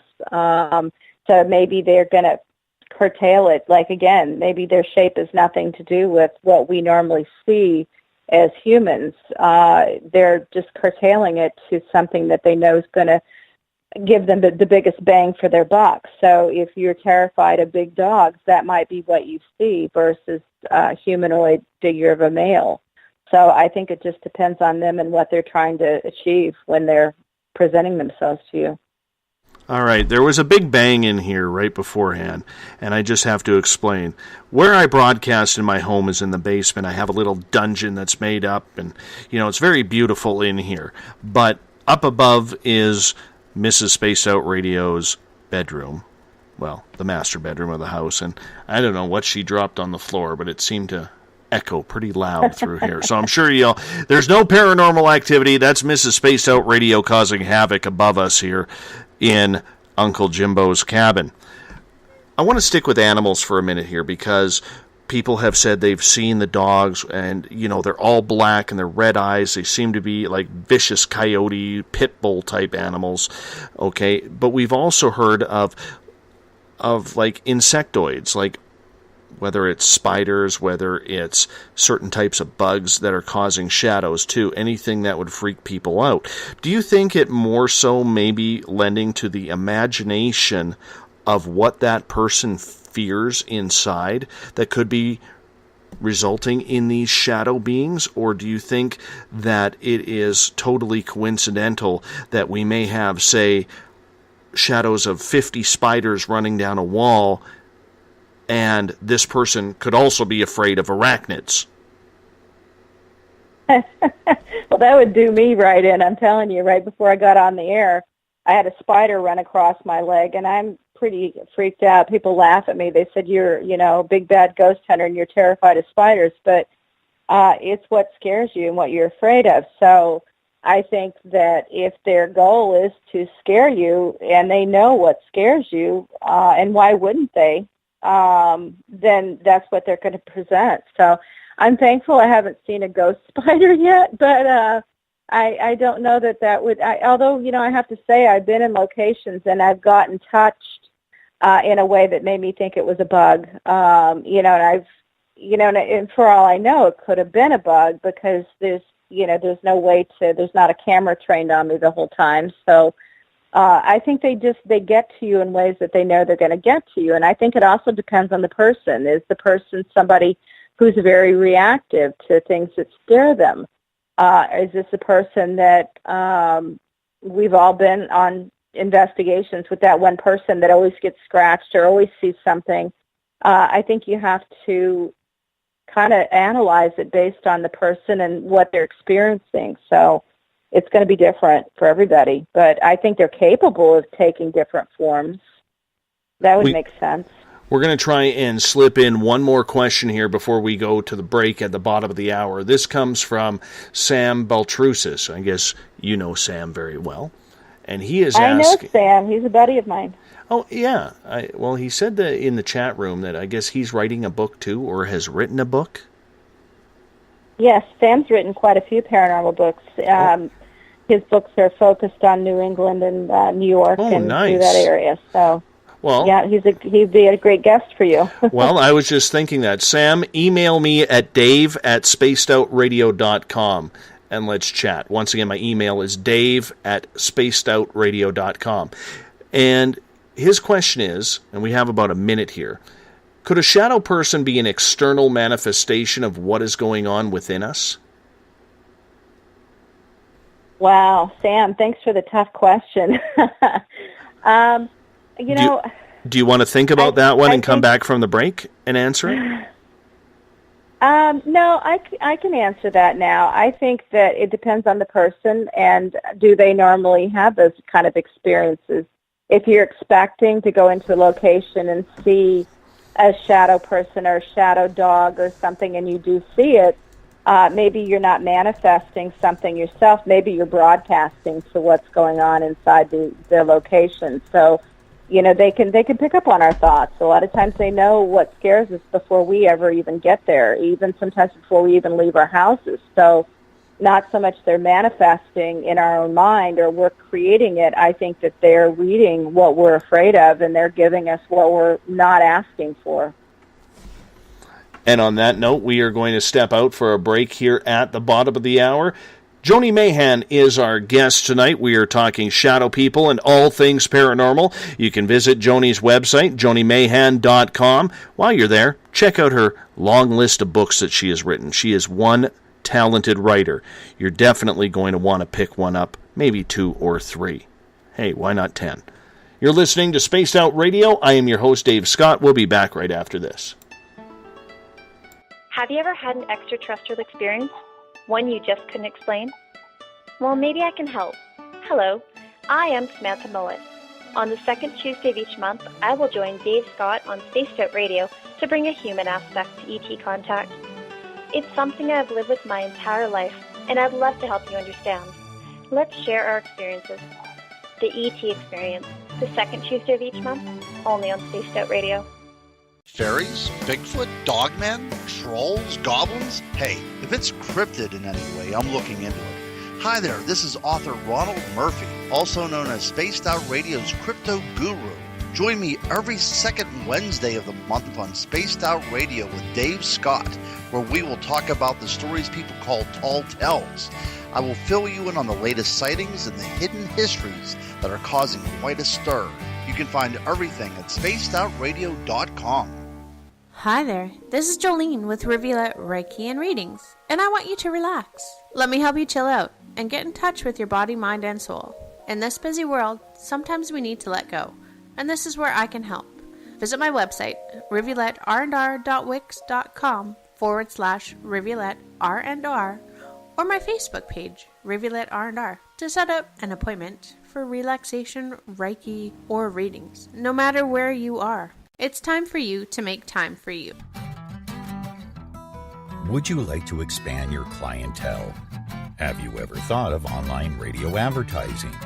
Check out spacedoutradio.com to get your name out there. Our listeners support those who advertise with us, so why not give it a try? We have the most competitive advertising prices out there. Just click on the advertising tab on spacedoutradio.com and contact us today. Are you an ET experiencer, but you just don't know what's going on? Are you too timid or shy to discuss it with anyone? Maybe I can help. Join me, R. Keith Andrews, the first Friday of every month on Spaced Out Radio, and I will help you to find the answers you're looking for. Together, I will help you understand the off-worlders and the true meanings behind your experiences, All you have to do is join us in the Spaced Out Radio chat room. See you there. Every Saturday and Sunday night, as Dave Scott wanders aimlessly in the wilderness. You can come hang out with me, James Tyson, in Spaced Out Weekend. Starting at 9 p.m. Pacific, midnight Eastern, I'll take you along as we talk with some of the best experts in their fields. SpacedOutRadio.com is the place to find us.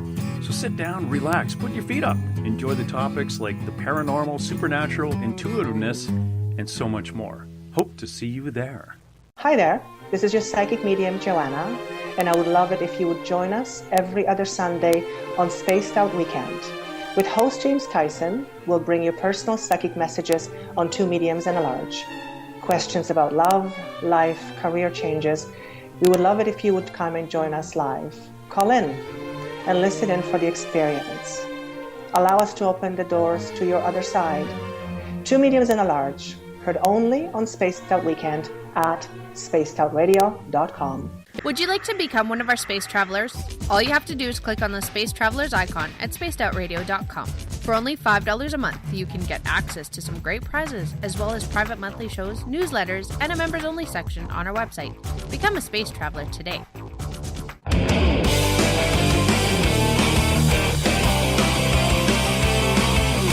Do you have a topic or a guest that you'd like to hear on Spaced Out Radio? Let us know at spacedoutradio.com, where you can sign up to become a Space Traveler member today. Or you can find us on Twitter at Spaced Out Radio and on our Facebook page, Spaced Out Radio Show. And welcome back to Spaced Out Radio tonight. I am your host, Dave Scott. Good to have you with us. Saturday and Sunday night, Elizabeth Anglin and Uncle Jimbo James Tyson are back for Spaced Out Weekend, getting going at 9 p.m. Pacific, midnight Eastern time for a weekend of paranormal tales. And on Sunday, Uncle Jimbo will be off, and Elizabeth Anglin will take over the position as two mediums and a medium. Your calls, open lines. If you want a live psychic reading on Sunday night with two mediums and a medium, because Elizabeth is a pretty good medium herself.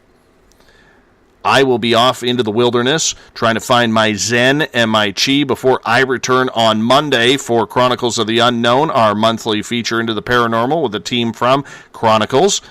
And it'll be a good time. Hey, if you want to follow us on Twitter, you could do so at Spaced Out Radio. Give our Facebook page a like, Spaced Out Radio Show. On Instagram, I can be followed at Dave Scott, SOR. You can check out our YouTube channel, Spaced Out Radio Show. That's where we hide our archives. Make sure you subscribe to that. And our website is spacedoutradio.com. While there, give it a little tour. We have some great pieces of writing in our blog section. We have the SOR Space Wire with our news director, Eric Markham. You can check out our affiliates. You can check out our music with Bumblefoot. And while you're there, just like Paula tonight, you can join the Spaced Out Radio SOR Space Travelers Club for just $5 a month. Hey, you get more than just our archives with that.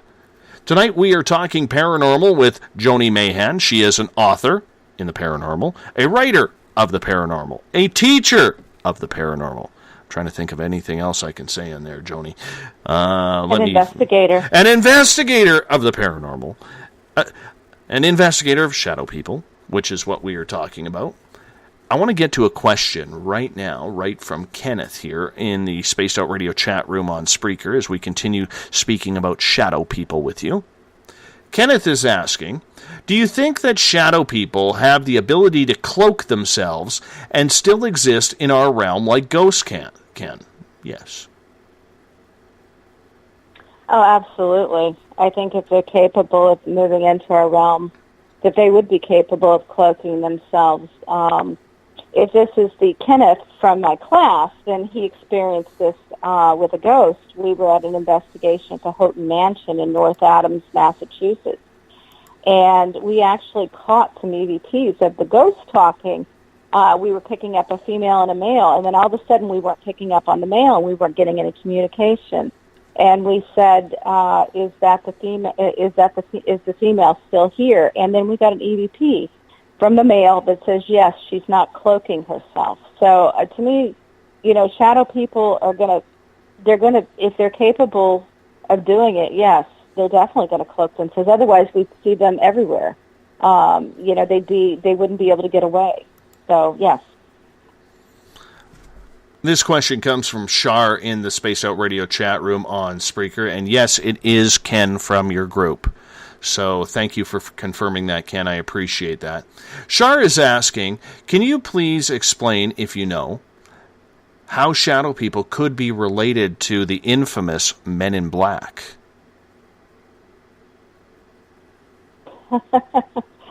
Wow, you guys are really hitting me with some hard ones here. I really don't know, to tell you the truth. I really can't answer that. I don't think anybody can really answer that unless they've had personal experience with both, and I haven't. So I'm going to have to say that's out of my level of expertise. Sorry. I think there is something to that. I just haven't been able to put 2 + 2 = 4 on that. But I'm a firm believer that there is a huge tie-in between the paranormal and the field of ufology / Men in Black. We can get into that a little bit later as we continue on talking about shadow people right now.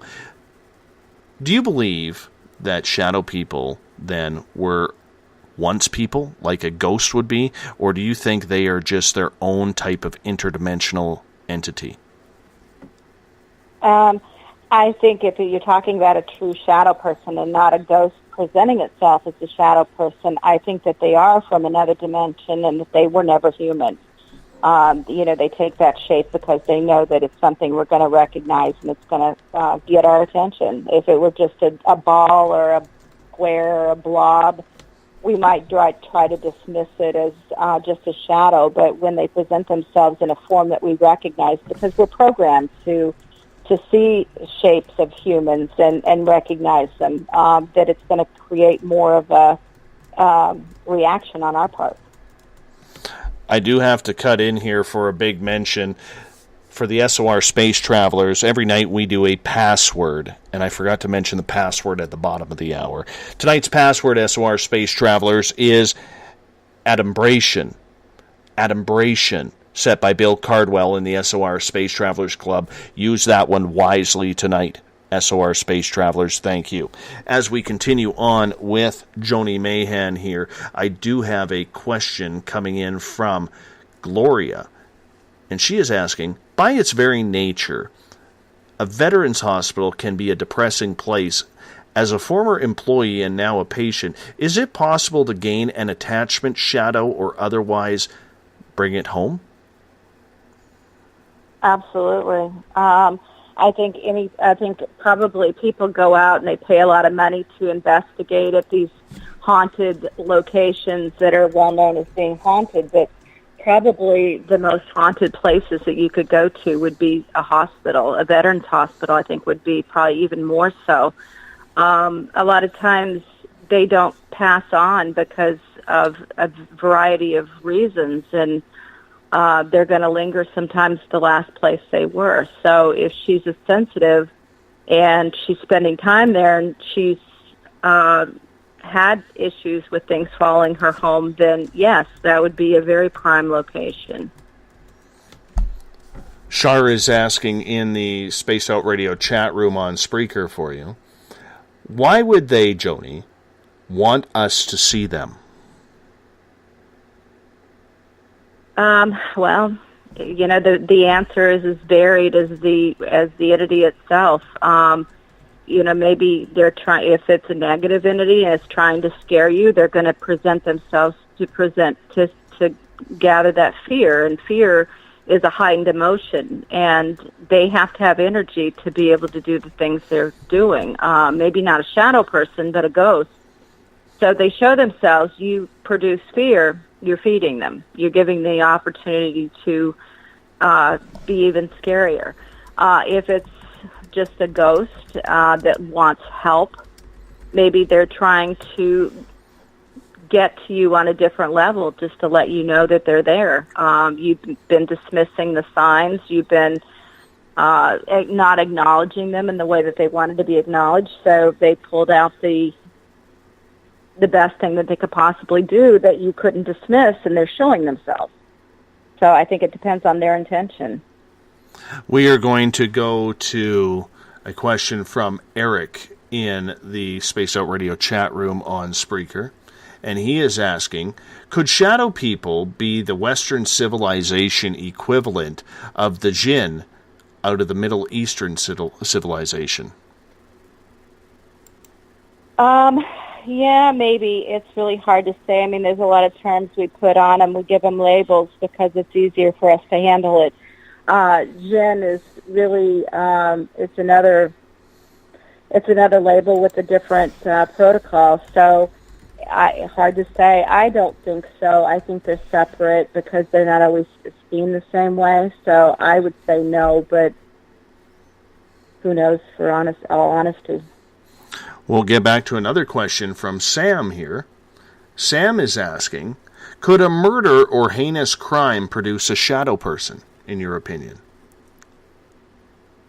I don't think so, because I think shadow people are interdimensional. I think they're going to come from another dimension. Now, if that location, a lot of horrific things have happened there, that could maybe weaken the veil, the layer between us and another dimension.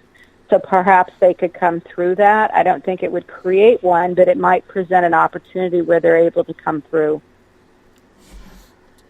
I like Claudia's comment here on the SOR Space Travelers, because she's a very spiritual woman and she asks some pretty intelligent questions and makes some very intelligent comments here. So I'm going to her comment is basically about carrying sage, sweetgrass, prayers, light, and love.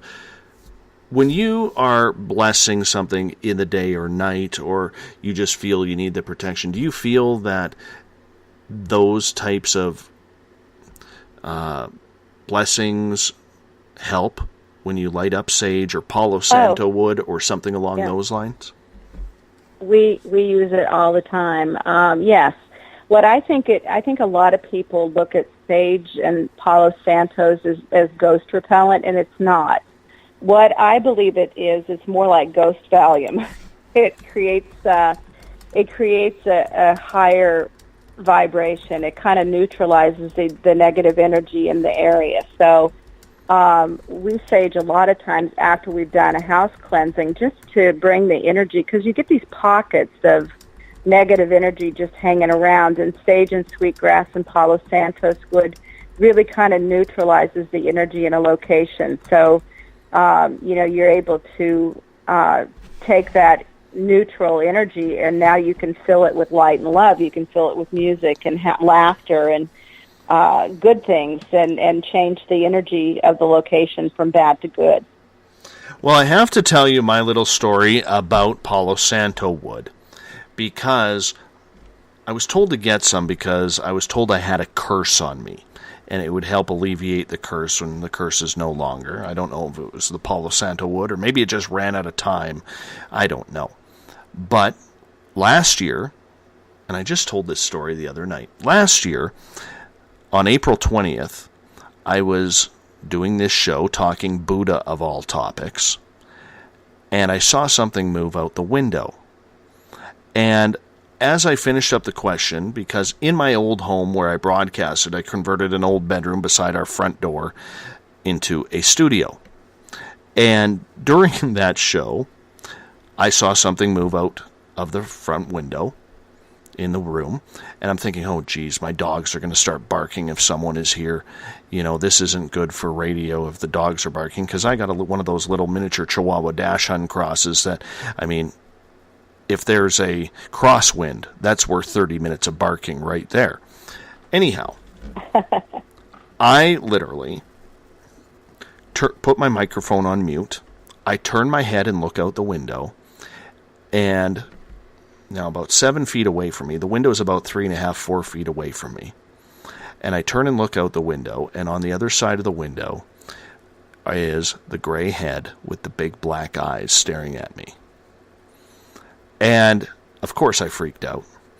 I immediately text my wife, there's an alien at the window, get in here now, because she's quite empathic. So she comes into the room, and her hands are burning red hot. She even put her hands on my hands, And I couldn't believe how hot her hands had gotten just from coming in the room. So here she is, as I'm broadcasting, running around all around my room, trying to keep quiet while she has Palo Santo wood lit. And she's running around the room, doing the window, doing the doorway, all the creases in the walls, absolutely everything. And then she starts the rest of the house. It's amazing how quickly Palo Santo wood can change energy. Right. Yeah, we use that a lot more than we use sage now. It's kind of become our next step. We had an experience. My former class and I took a trip to Gettysburg recently, and it was just fun. There were a bunch of us. We rented cabins at a campground, and the last 2 nights, 4 of us decided to stay a little bit longer, and so we got a smaller cabin, and we spent a lot of time going out and trying to help cross over just lost souls. And apparently we attracted something that didn't want us to do that, and it followed us back to the campground. And Ken, that was in chat, I don't know if he's still listening, but he actually saw it standing outside. So we got the Palo Santos wood, and we did a cleansing around the area, and then we created a barrier. So we worked on building a shield that would protect the entire location, and from that point it couldn't get in, but it was tapping on the windows all night, and it was trying to push through our shielding and our bubble. But the Palo Santos really did help us create a barrier. We were able to get out all the negative energy, and it raised the vibration enough that we were able to step in and do something. So I have a lot of respect for it, but don't use it in a cabin that has smoke detectors, because we ended up setting off the smoke detectors inside. This is true. Was a little alarming. It's a little alarming, so. And you just mentioned Ken, and he has a question now in the Spaced Out Radio chat room on Spreaker. And he is asking, do you think, Joni, that shadow people have a polar opposite? And what would it be? I don't know. My first inclination would be something from the angelic realm. Because they're from another dimension, I think anything that comes through from another dimension is going to be alien, basically, to us. Not saying it's aliens, but I don't know that there really is a polar opposite. I think it depends on its intention. If it's coming through and it's negative, the opposite of negative is positive, and what more positive can you get than like an archangel? But typically we square those off against anything demonic. So I don't really think that there is a polar opposite. To my knowledge, it would be something good versus something bad. So I don't know. Are there good shadow people? I haven't come across any. Most of the ones that come through are fairly terrifying. So a good question, Ken. And we'll go to Eric's question here next in the Space Out Radio chat room on Spreaker.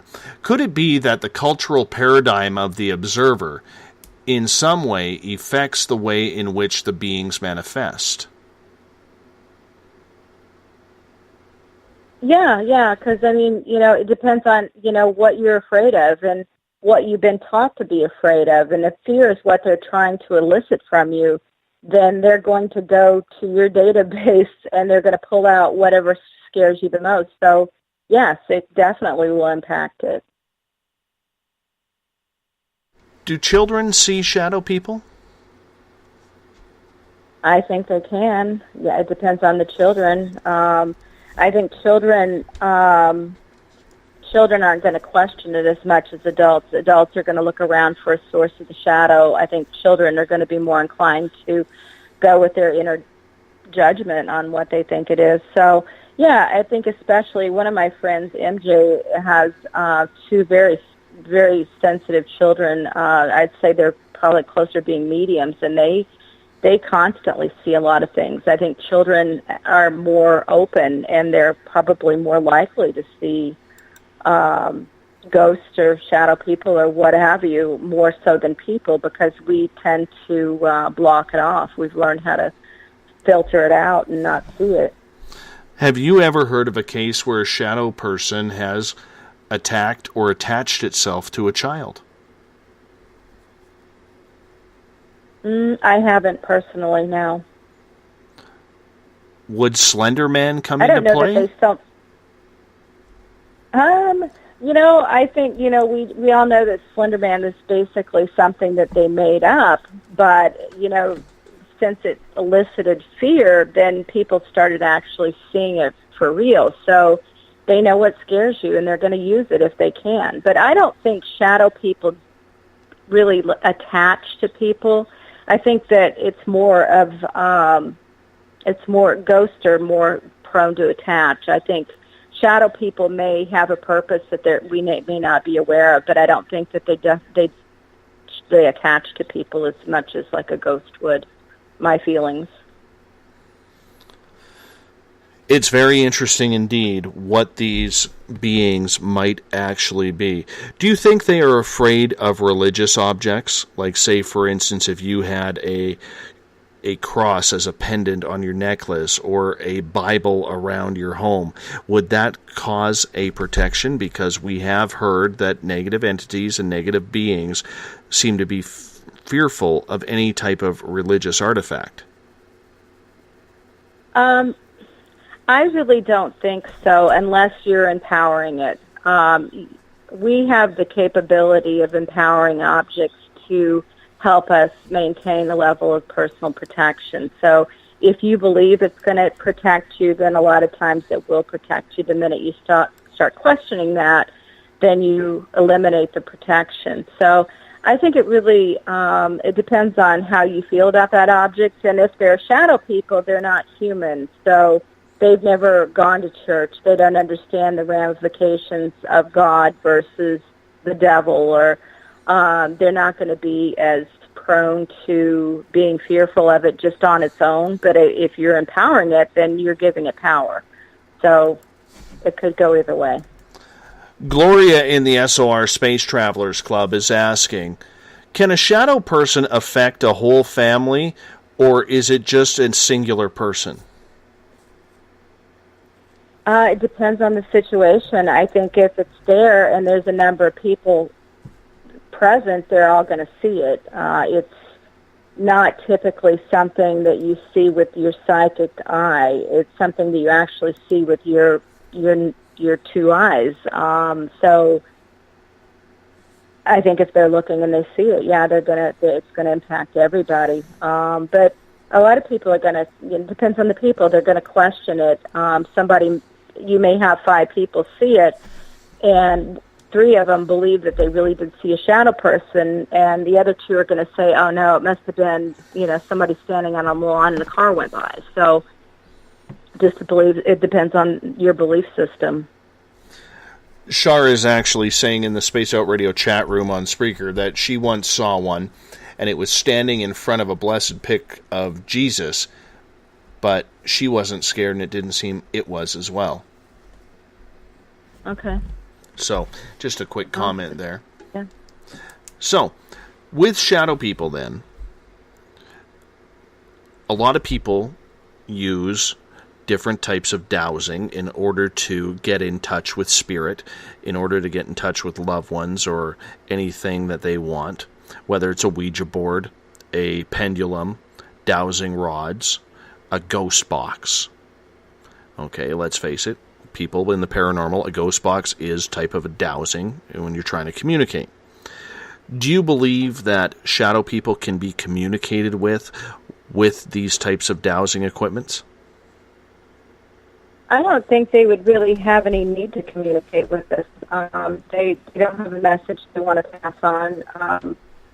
I really don't think that they would respond to it. I think you could try, but we've never gotten any kind of responses. So I would say no.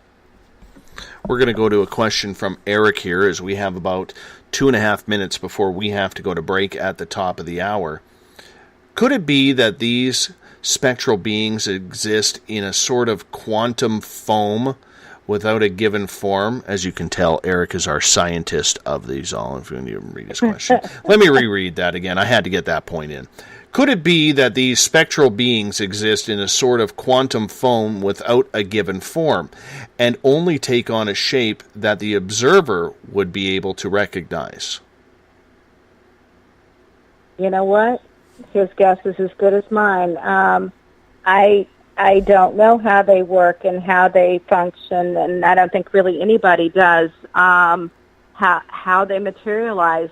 Quantum foam is as good as anything. So I do think that they're going to take the form that they know is going to scare us. So that could be logical. And we have time to fit in one more question here. This one comes from Stone. And she is asking, Joni, have you seen the same shadow beings in full daylight and interdimensional?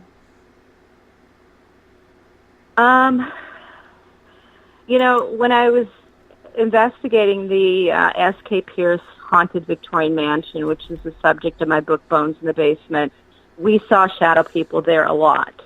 But they were never bold like yours and just stood there and let us see them. Usually as soon as you would see it, it would dart away.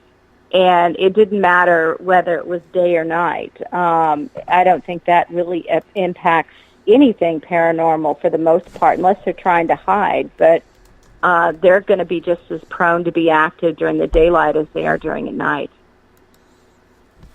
And on that note, we are going to hop out for a break here at the top of the hour.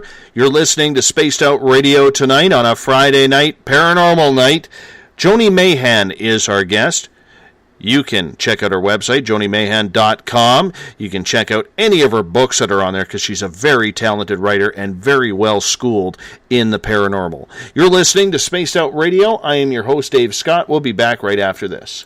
Become more intimate and interactive with Spaced Out Radio. Join our Space Travelers Club with your new membership. For $5 a month, we'll provide you with special access to the website, monthly prize draws from books to psychic readings, along with monthly newsletter, private interviews, and more. Sign up today to be part of Spaced Out Radio's experience. Every month on Spaced Out Radio, we look into the deep and dark reports of cryptids roaming around the world with me, Rob Morphy, from Cryptopia.us. I would love it if you would join me and host Dave Scott as we delve into the most arcane stories and reports regarding creatures of the unknown. My job is to hunt down the details and bring the evidence forward to you. These aren't your regular Bigfoot stories I'm talking about either. You can find out more about crypto history at spacedoutradio.com. Looking for a place to advertise at a very reasonable cost? Look no further than Spaced Out Radio. SpacedOutRadio.com has an advertising tab that you can click to check out our daily, weekly, and monthly packages to play on the radio, or our website including social media. From commercial spots to banners, we have it all. Check out our competitive pricing today.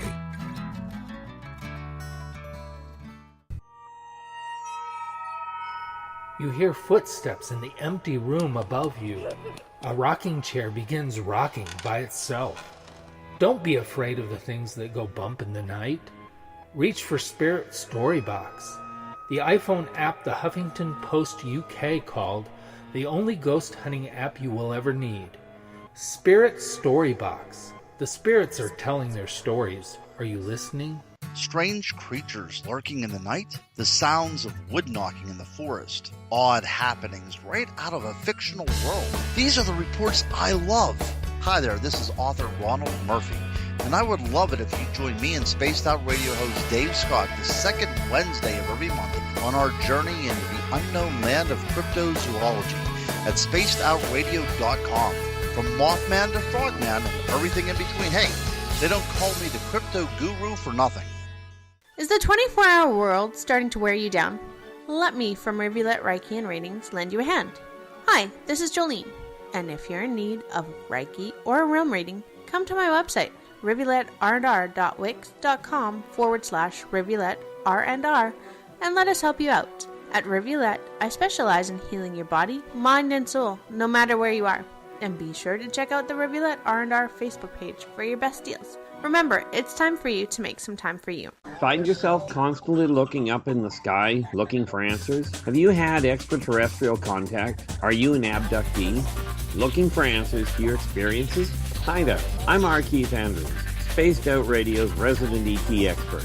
Join me live the first Friday of every month where I take questions from the Spaced Out Radio chat room and help you understand those from the far-off world. It's 2 hours of knowledge every experiencer should listen to. Hope to see you there. Did you know that Spaced Out Radio runs 7 days a week? Hi, it's James Tyson from Spaced Out Weekend. Every Saturday and Sunday night, starting at 9 p.m. Pacific, midnight Eastern, you can join me and my guests for some great chatter about what's going on out in the universe, or even in that dark part of the basement you really don't want to go back into. Well, let's find the answers to your experiences together. So come on up to Uncle Jimbo's cabin on the weekend.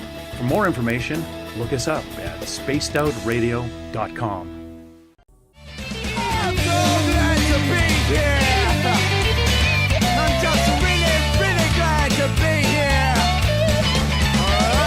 Would you like to connect with us on Spaced Out Radio? Head to spacedoutradio.com to check out the latest shows, guests, and sponsors. And don't forget to sign up for the Space Travelers Club. You'll find all you need at spacedoutradio.com. And welcome back to the final hour of Spaced Out Radio tonight. I am your host, Dave Scott. I am 1 hour away from wandering into the wilderness, as I do every Friday night. I got to vacate the cabin and make room for Elizabeth and Uncle Jimbo James Tyson for Spaced Out Weekend, coming up Saturday and Sunday night, starting at 9 p.m. Pacific, midnight Eastern Time. But what I will do is, while I'm finding my Zen, my Chi, I'm going to see if Kevin the Sasquatch has any Wi-Fi signal I can steal off of him so I can tune in. I hope you tune in as well. I'll be back on Monday night talking paranormal with Chronicles of the Unknown.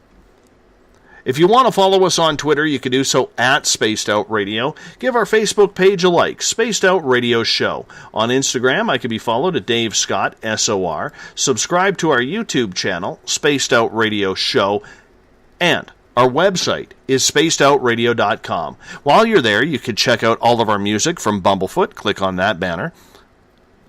You can also read our news section, the SOR Space Wire, from Eric Markham, our resident news director. Check out our blog section. We have some very talented writers there, including the poet extraordinaire Corinne DeWinter from purpleplates.com. She's an award-winning poet.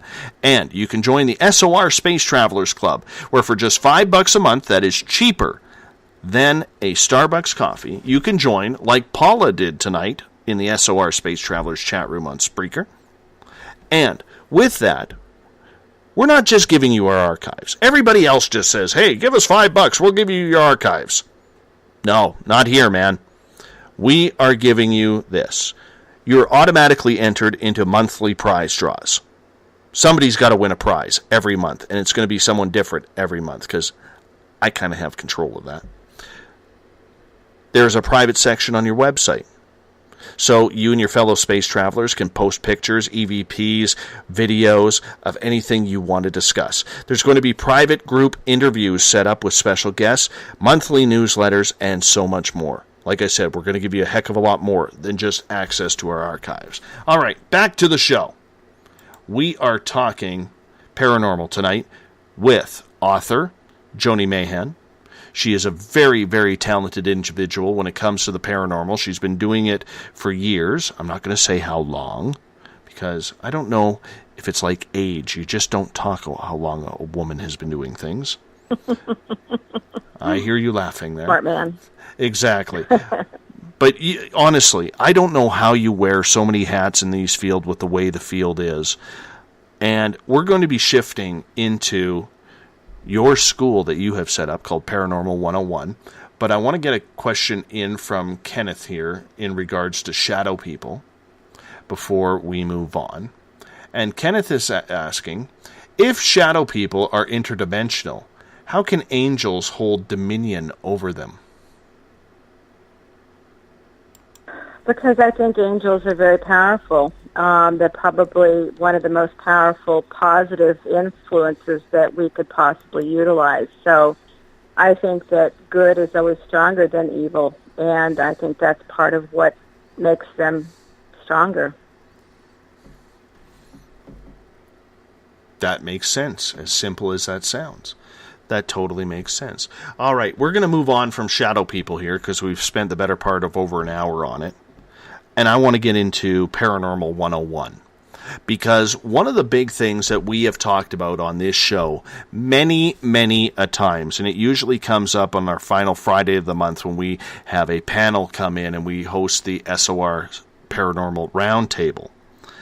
And one of the things that always seems to come up, not every time, but for the most part, is the lack of education when it comes to investigating and being involved in the paranormal. Is that why you set up Paranormal 101? Because you looked around and you saw all these people just struggling to figure out what we're supposed to do on an investigation? Or was it something that you just felt you had this knowledge that you needed to express? Probably a little bit of both. Really, I didn't set out to be a teacher. I've never taught in my life, and I didn't even know I was capable of doing it. But I was having a book signing at a great little metaphysical shop in Gardner, Massachusetts called Terrapin Traders. And as I was there, the owner noticed that a lot of people who were coming in to get my books and have them signed were also asking me paranormal questions. And as I was answering them, she said, "You should really start a class, and you can have it here." And I thought, well, yeah, we can try it. You know, I didn't know how many people would really be that interested in it, but we set it up, and people started coming to the classes. And for us, being a medium, you don't have a lot of people in your normal everyday life that you can talk to this stuff about, because your family, your friends at work, your coworkers, childhood friends, you know, your aunts and uncles, they're going to probably not believe you because it's not as widely accepted as maybe we'd like it to be. So this is a safe place where we can ask any question. Nobody's going to think we're stupid or think we're making things up. We're able to share experiences, and I will say that class taught me more than I taught them, because we were able to validate each other and learn. You know, Ken, that keeps commenting and asking me all those tough questions, was one of my best students. And, you know, he came to the class with an inkling that he had some ability, but as he started developing it, he's a very talented psychic medium, and I use him a lot for, you know, validation and in house cleansings. And I'm going back to Massachusetts in next week, and we already have 2 house cleansings set up, and a lot of my former students are the ones that do those with me. So I think it was almost accidental that I set it up, but it does serve my purpose, and that is that when I first started having experiences with things following me home, I didn't have a lot of places to go for answers. And I decided that one thing that I was going to do when I started writing paranormal books was I was going to share whatever information I had with other people. And things like the ear ringing, I have had countless people come to me and say, "Oh my God, that's exactly what happens to me," and, you know, kind of coach them through it. I'm not saying every time your ears ring there's a ghost nearby, but if you have that ability, it's just kind of nice to know that you're not crazy. And so my classes have really elevated to all sectors of the paranormal. Sometimes we'll have a round table class where we'll tackle a lot of different topics, and everybody participates. It's not just me sitting there talking. You know, everybody contributes. And I've since taken my classes online. I have my class schedule posted on my website, and I do classes on Tuesday evenings, and we do them on Google Hangouts so that people can actually see each other. So it's more of a personal connection instead of just a phone call. And these people have come a long way, too, in understanding the things that impact them on a daily basis that they can't just talk to anybody about. They have a safe place to come and say, you know, here's what's happening. And some of my class aren't sensitive. Some of them are just people that are interested in all this. And we talk about things like how to connect with your spirit guide. I do have a class on how to raise your vibration. You know, am I gifted? You know, the things I'm feeling may not be the same as what they've read in other books, and everybody's so unique in their abilities that they're going to feel things differently, and you can't say, you know, here's the guideline, everybody's this way, because they're not. So my classes just go through a lot of different levels of spirituality. I think they're kind of almost evolving. I do have classes that I've taught about the right way to ghost hunt and how to do an EVP session, and how to put together a paranormal team and, how to do house cleansing and things of that nature. But I think more people are more interested in the spiritual level, just kind of understanding why are we here and, past lives, is there such a thing? And, soul families, do we come together?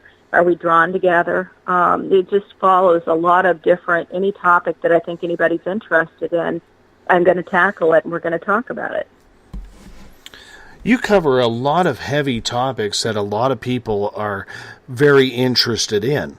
And I'm looking on your website here with some of the classes that you have, and I'm going to get a question in from Eric in the Spaced Out Radio chat room on Spreaker.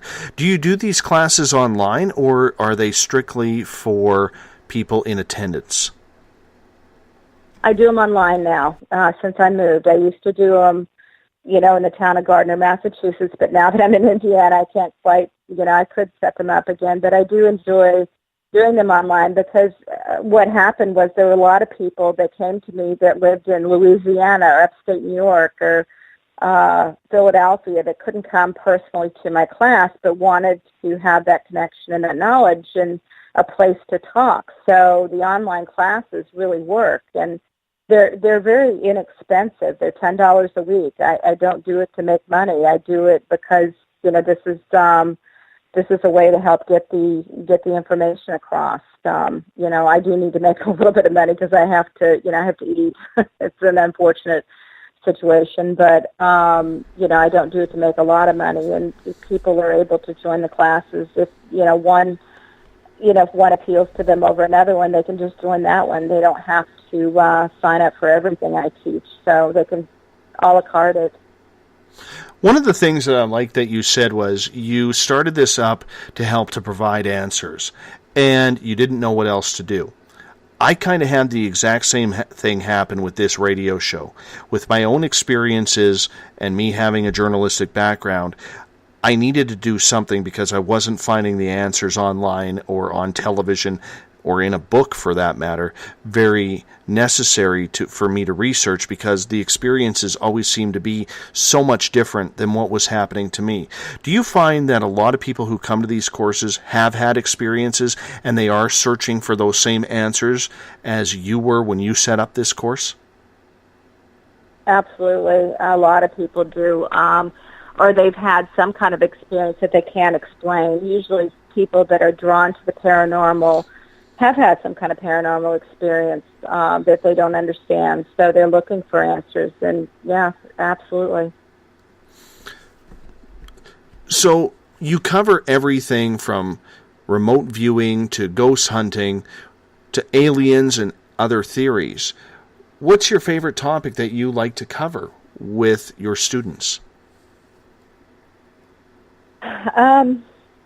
Well, I don't know. I have a lot of classes that I really enjoy.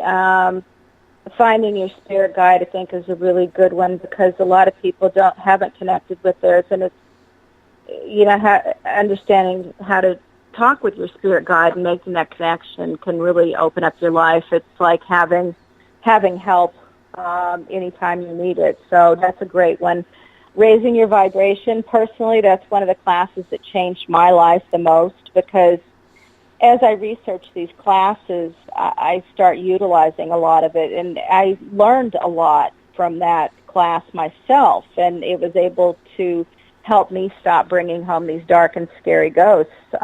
So, it just runs a gamut. I talk about karma. I talk about chakras, and I think the more you know, I think knowledge is power. So the more you know, the better protected you are and the more well-versed you are when you walk into a situation. And the paranormal is unknown. So, the more knowledgeable we are about this, the more we can learn, the more we can grow, and the more we can stay protected. What's the first thing you teach your students when it involves the paranormal?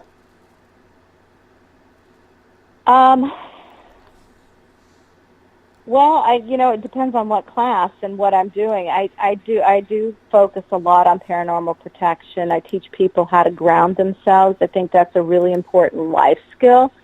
whether you're sensitive or not. You know, if people that are empathic and even just regular people will feel energy from other people and other sources, and if you start collecting that energy, it causes you to be filled with so much energy you can't handle it, and that's why people fly off the handle, why they're agitated, why they have anxiety. It's a lot of things. So learning how to ground yourself helps you release that energy. So that's a big thing that I talk about. It depends on, on the class. There's a lot of different ways that I could answer that question.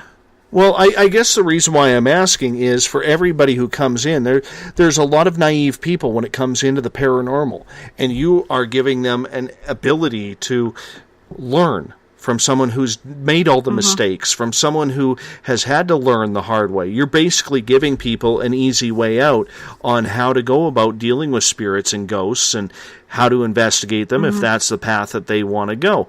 So when you are doing that, do you try and set people up on the same direction? Because as we've heard earlier in this show, a lot of people are taking different directions on what they want to cover and what most interests them in the paranormal. We have the death side where people want to know if there is life after death. We have people who just want to play with ghosts. We want people who want to help people, say, who have hauntings happening in their houses. And we have people who just want to go hang out in an old abandoned cemetery or hospital or prison and see what's going on there for their own personal rush. So do you focus on trying to get people understanding where do you want to go with this? Yeah, well, and I think, I just go through an educational standpoint. What is the difference between a ghost and a spirit? I separate them. A ghost is an earthbound soul that just didn't cross over, and a spirit is someone who did cross over. It could be a family member coming back to visit you. So a lot of what I do is take away that just generalized fear that people have when they have a paranormal experience. A lot of times they're scared. And I try to explain that, not all hauntings are bad. And there's ghosts everywhere. They're not just, at that scary house on the corner. They're at the grocery store. They're in movie theaters. And if you're feeling them, just because you're feeling it a certain way doesn't mean that you're not feeling it right, or, everybody's different. So compassion is a big thing that I do teach. Protection is another thing I teach. Proper investigation skills, how to go into a location and handle it the best way that's not going to leave bad impact. So it just really depends on why they're coming to the class. I think most of the people that come to my classes have had an experience, and they want to know why, and they want to know what's going on. I mean, I get a lot of messages during the week from people on Facebook that have read my books asking me questions, asking me to try to interpret an experience or a dream they had. And it's not, there's not an easy answer for a lot of these questions. It's just, how did you take it when it happened to you? What was your first impression? And kind of trusting your judgment is a big one. Getting validation from other people, working together. There's just so many different directions to take. I fully agree with you. You also discuss about aliens, and me being a big alien guy around here, around these parts, because, well, let's face it, when you have one at the window, it always seems to, change your whole aspect on things. Do you believe there is a tie-in between the phenomena of ghosts and spirits and extraterrestrials? I do, and I will say, I'm a big skeptic, so I've always been that way. I have to kind of experience it, or it has to be explained to me in a way that I buy into it. So, not saying that people are wrong, it's just hard for me to wrap my brain around it sometimes. But one of my students that came to my class is a guy named Ray Richards, and he's a psychic medium. He's been around the paranormal a lot longer than I have, and he came mostly because he wanted the connection with other paranormal people. And he started telling us, there's an ET here, he would say. There's an ET here. And at first I kind of internally rolled my eyes. I thought, okay, they can't all be aliens. But the more I started investigating with him and with other people, I started realizing that some of what we were feeling and experiencing didn't have the same texture to it as your normal ghost. And in some cases, they would disappear pretty quickly, like they were there and then they were gone. And in working with Michael Robichaud with Ruinous Souls, I did ask him. I said, Michael, what do you think about this? Ray's saying that there was an alien in our last investigation. I kind of laughed when I said it, and he said, well, he astral projects, and he uses his spirit guides to help him with the hauntings. And he said, sometimes when I'll go in to check out a location, astral projecting, he said, sometimes I'll see them really quickly, and then they just disappear. And he said, it would make sense to me that, if we have interdimensional, we have demons, we have angels, we have ghosts, the aliens could be a part of the mix. And, my feelings are that if they have the technology to be able to come through, then they certainly would have the ability to cloak themselves so that we aren't able to see them. Perhaps they're just, viewing us, observing what's going on. And once you have somebody that has the capability of picking up on them, boom, they're gone. The reason why I asked that is because when I started having my own personal experiences 4.5 years ago, mine started off very paranormal. And as time went on to where we are today, up until 2014 or down until 2014, 2013 and 2014 is when all of a sudden I started seeing more UFOs and less spirits. So it was heavy on the spirits at first, but then all of a sudden it switched to UFOs, almost like a smooth transition that you started at level 1 now you've gone to level 2, which was a Bigfoot sighting. The next one, you go to level 3, which is a heck of a lot more UFO sightings, to level 4, where there's now extraterrestrial sightings. So I'm wondering, in a panoramic view, if this is almost like a stepping stone for most people. Yeah, absolutely. I think that that you're given what you can handle. And, it's like when I started off, I was clairaudient. And the more I worked with it, then I become clairvoyant. And, more and more abilities came to me. And I started experiencing other things. And, I think that we're given almost like upgrades at certain points. Once we're able to handle something and we've kind of wrapped our minds around it, then we're given something maybe a little bit stronger. So what are we building to? I'm not sure. But, it's one of the reasons why I'm so intrigued by the paranormal, because nothing stays the same. I haven't met anybody that's gifted and just stays where they are. Usually it evolves to something else. So, and on the other end, could this be, instead of aliens presenting themselves as ghosts, could it be ghosts presenting themselves as aliens? What is your focus? If your focus has been, really strongly, heavily on aliens, then, maybe they're presenting themselves that way. I mean, it's just so hard to say, and it's so unknown, and that's why I love it, because it's a puzzle that we have to work out, and it makes us think, and it makes us search for the answer. So it could be. How hard is it to teach people remote viewing? I think some people are inclined towards it and other people aren't. I don't teach that one online because it's better if it's done in a group of people that can actually be together. And the way I do it is I take them through the process, and I take them through, the explanation and the history about it, and then and then I separate the class into 2 parts. And one part goes out on a field trip, and they actually leave the building and they go somewhere. And I don't even know where they go. I tell them, go about 10 minutes away, and I want you to all just focus on looking around and seeing what you can see. And the other part of the class does a guided meditation to try to get themselves relaxed and focused.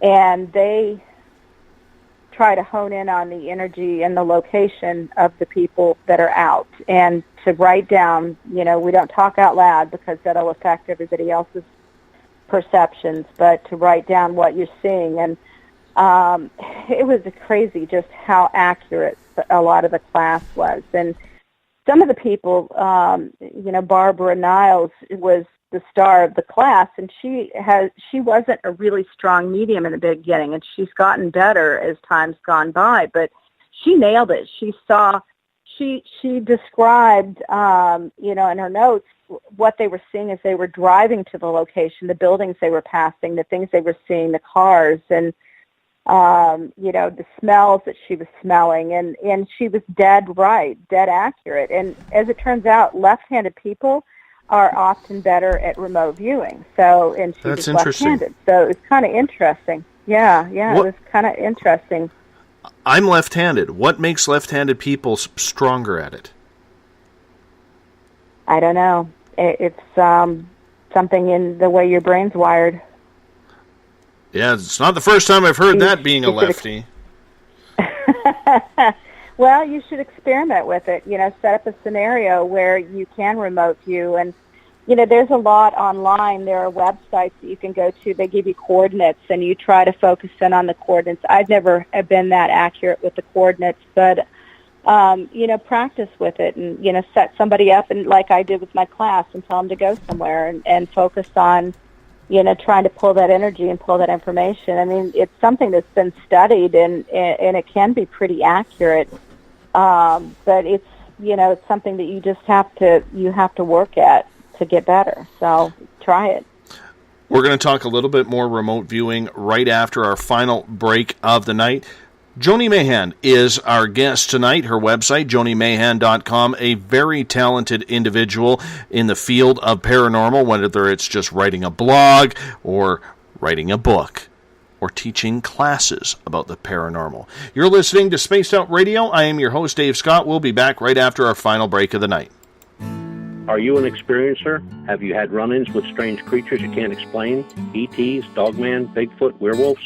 They're enough to scare the daylights out of anyone. Hi there, I'm Butch Witkowski from your 4-Cop. And on the last Monday of every month, you can listen to me and the host, Dave Scott, talk about the weird and the strange being reported on Spaced Out Radio. I'm going to bring my investigations and sources, you bring your experiences, and we'll figure out the rest together. Strange Days on Spaced Out Radio. Come tune us in at spacedoutradio.com. Are you interested in advertising on Spaced Out Radio? Head to our website at spacedoutradio.com and click on our advertising tab. There you will find an assortment of ways you can get your product out there with us. From the radio, commercials, to banners, to social media. Have a product you'd like our host to endorse?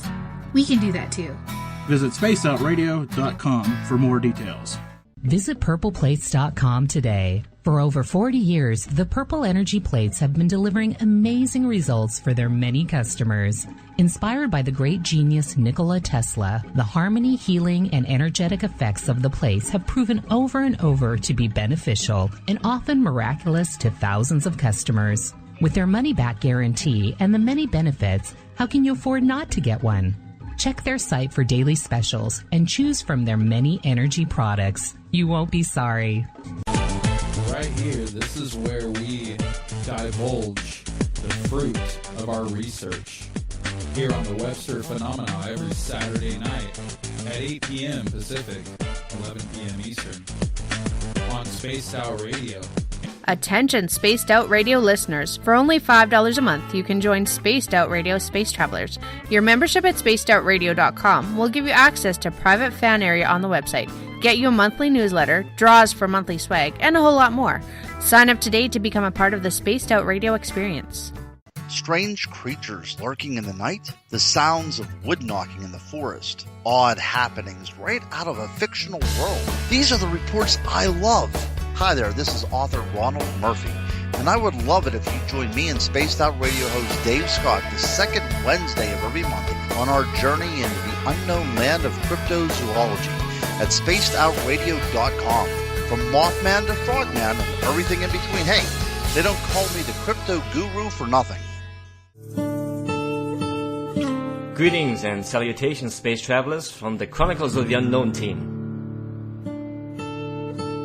What are these Chronicles of the Unknown? I keep hearing about this thing. It's a new paranormal reality TV show based right here in beautiful British Columbia, Canada. Follow our team as we uncover claims of activity on the Caribou Gold Rush Trail.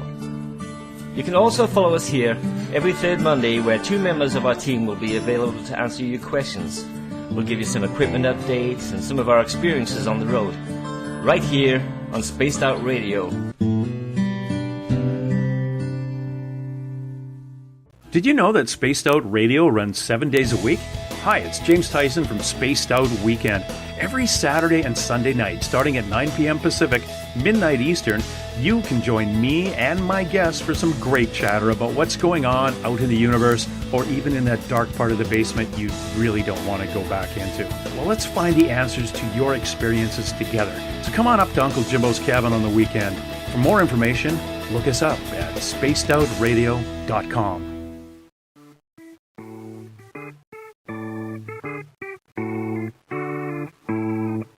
Missed most of tonight's show?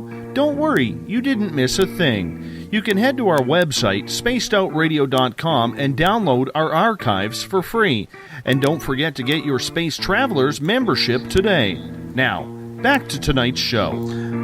Final half hour of Spaced Out Radio tonight. I know, the show is almost over, and that's going to upset some of you, but, you know, all good things must come to an end, and we're going to do it again tomorrow night, except I won't be here. I'll be up in the wilderness. Actually, I'm going on a ghost hunt tomorrow night in Barkerville, British Columbia, helping out the team from Chronicles of the Unknown as they do a charity paranormal event for that museum-like town. It's going to be a lot of fun. So I'm not going into the wilderness. I'm actually going on a paranormal hunt Saturday and possibly Sunday. It's only the third one I've ever been on. So while I am gone, Elizabeth Anglin and James Tyson will be in Saturday and Sunday night for Spaced Out Weekend. I highly suggest you check them out starting at 9 p.m. Pacific, midnight Eastern Time. If you want to follow us on social media, you can do so on Twitter at Spaced Out Radio. Give our Facebook page a like, Spaced Out Radio Show. On Instagram, we can be followed at Dave Scott, SOR. Our YouTube channel is Spaced Out Radio Show. And our website is spacedoutradio.com. While perusing our website, you can join the SOR Space Travelers Club. For $5 a month, just $5, like Paula joined tonight, you get a private section on our website for your own personal postings. You get your name automatically put in for monthly draws, because we have some pretty cool swag to give away, and I need to start giving some of this away. And it's only for the SOR Space Travelers. You get private access to private group interviews. You also get a monthly newsletter. And unlike all the other people asking for your money, we're giving you more than just access to our archives. So check it out today and tell your friends after you join. Tonight we are talking with Joni Mayhan, who's been an absolute incredible guest tonight, talking all things paranormal. Her website is jonimayhan.com. Joni, welcome back for the final half hour. You're a trooper tonight, going the full 3 hours. Yeah, thank you. I'm hanging in there. I just had to refresh my coffee. Some of these questions have been pretty tough. I've got to sharpen up my brain cells. Well, you know what? We do have a very knowledgeable audience, as you have found out firsthand. So I give all credit to them. So they keep me on my toes, and they make sure that I got to bring the A game every night for them. Otherwise, you know, they start stomping and throwing things at my windows. You know how it goes. Yeah, it's a problem. I'm teasing. I do want to get out. Corey, my booking coordinator, is reminding me to tell everyone that the first draw for the prize package and the SOR Space Travelers will be this month, July 29th, at the SOR Roundtable. That's where we're going to make the draw on a monthly basis for that. So, Corey, there, I did get it out. And Bill Cardwell set the SOR Space Travelers password tonight. The password is adumbration. Adumbration. SOR Space Travelers is your password for the night. Use it wisely. Hey, Joni, right before the break, we started talking a little bit about remote viewing. Now, I've never done it. You caught me off guard with the whole left-handed comment, because that's just another thing on my plate now that's going to be making me scratch my head looking for answers. So thank you very much for adding that to my plate. But no problem. For people who are in remote viewing and are using remote viewing, how do we know the difference between an actual remote viewer and someone who is just using their imagination? Well, it's always good to have somebody to validate it. A lot of times we take an experience and we dismiss it as our imagination. So you should always go with your first impression. And, you know, if you're learning how to do it for the first time, have a way to validate that experience. So, you know, if you're working with somebody who also wants to learn remote viewing, or even just a friend that's curious about it, you know, try to remote view what they're doing and have them validate it or dismiss it, one or the other. But it's good. It's a good way to practice it. So, I don't know. And the reason why I ask is we always get a lot of people, whether it's psychic ability or channeling ability or remote viewing, we always tend to wonder, is it actually what I am seeing, or is it just my brain playing tricks on me because I'm trying so hard to do that? Is it better to do these types of things in a relaxed state where you've cleared your mind, maybe done a little bit of meditation in order to get a clearer picture? Yes, definitely. Try to get yourself in a situation where you don't have a lot of distractions as well. There are some great meditations. You can do a guided meditation. There's a lot of them on YouTube. How to get yourself down as close to that theta zone, which is kind of between, it's like a really deep meditation. It's almost between sleep and awake. It's like that bridge between your delta state where you're dreaming and your awake state. So, you know, the more relaxed you are and the less distractions, the better your chances are. And it's something you just have to really practice and work with. But it's a great tool because I know a lot of people, mediums especially, who are going to go to a location, to a haunted location to check it out for people. And if they're able to remote view beforehand, they have a better idea of what they're getting into. So it could be a very useful tool besides just like a parlor trick. It could be very useful for the paranormal world. Sam is asking a question in the Spaced Out Radio chat room on Spreaker. Can you remote view in dreams? Yeah, I think a lot of people have experiences with remote viewing while they're sleeping, because when you're sleeping, you've detached from your cluttered conscious mind, and you're able to have more experiences. I mean, people connect with deceased loved ones in dreams a lot of times. It's just it's almost like you're removing all the clutter and all the distractions from your everyday life, and you're able to go through it clearer. But, you know, if you suspect that you have, you know, try to find some validation and ask, you know, okay, I think I was remote viewing last night, if you can. You know, if you can't, then, you know, just start keeping a journal. I always recommend this for anybody that's getting into remote viewing or anything really medium-wise, is to keep a journal and to write down these things that you've experienced. And that way, if you've experienced it again, maybe the texture is slightly different. Usually if you're remote viewing, it's going to feel more like a memory than it's going to feel like a dream. You know, dreams usually have some kind of weird aspect to it that you know it's a dream. And remote viewing is like a memory, like you've been there, you've experienced it. I've never really tried it. I have a hard enough time trying to sit down and calm my own mind down on a daily basis, let alone to tackle remote viewing. But I have done some channeling before I started the radio show, and even a little bit afterwards. So what would be the difference between what channeling is, never mind the channeling of talking to spirits, but channeling in general when you're trying to travel to a place, and a remote view? Well, I mean, you know, it depends on your definition of channeling. I've always associated channeling with channeling the dead. But, you know, the difference between like astral projection and remote viewing, which might be what you're talking about, but astral projection is actually going there, separating separating your consciousness from your body and going there. Remote viewing, you're tapping into like the universal knowledge. You're tapping into like a psychic part of you that you're able to see it without actually being there. So they're two different things, and most people do one or the other. Most people don't do both, but some people probably can do both. It depends on how talented they are. I want to switch gears here again and talk about something that is very close to your heart, and that is paranormal unity.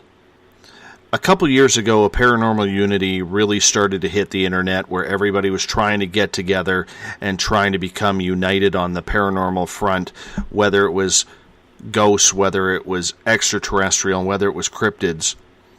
Why did you feel so strongly about this? Well, I really feel like if we can all come together, think of the possibilities, the things that we can answer if we're sharing information and experiences, especially certain locations, that people are having experiences there, and we're able to come together and put together our resources, we can go a lot further. But unfortunately, there's just so much ego involved in the paranormal community that, people... it didn't work, and it's great in practice, but not so, or great in theory, but not so great in practice, because the paranormal world tends to draw in a lot of different people from all walks of life, and some of them are negative, and that will just, it upsets the apple cart and causes a lot of reaction. So paranormal unity should have been a beautiful thing, but you're not getting enough like-minded people together. You're getting just so many diverse individuals together with different personalities, and the whole ego aspect really blows it.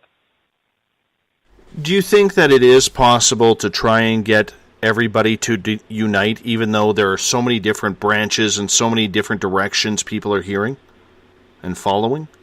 I really don't. I would love it if it would work, but I think you'd have to, when you say everybody, can you get everybody to agree on anything? People are people, and everybody has their own opinions. So paranormal or politics or religion, we're not all going to agree on everything, and that's part of what makes us human. No, and I understand that. And, we've tried to tackle this topic many a times in the 18 months, 19 months that we have been on the air with Spaced Out Radio. And one of the things that I felt was wrong with the whole paranormal unity is not so much the ego, but the closed-minded individuals out there who say it's my way or the highway when it comes to investigation. Mm-hmm. And there are so many people out there. I mean, if we look at this as a scientific field, and that word science comes up again as it has many times tonight, if we look at this as a scientific field that we're all trying to find answers, science is about theory, in my opinion.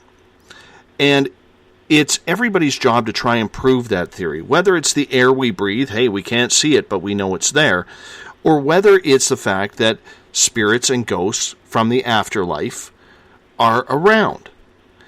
And when you have so many different opinions in regards to the paranormal, should we not be all accepting of the theories?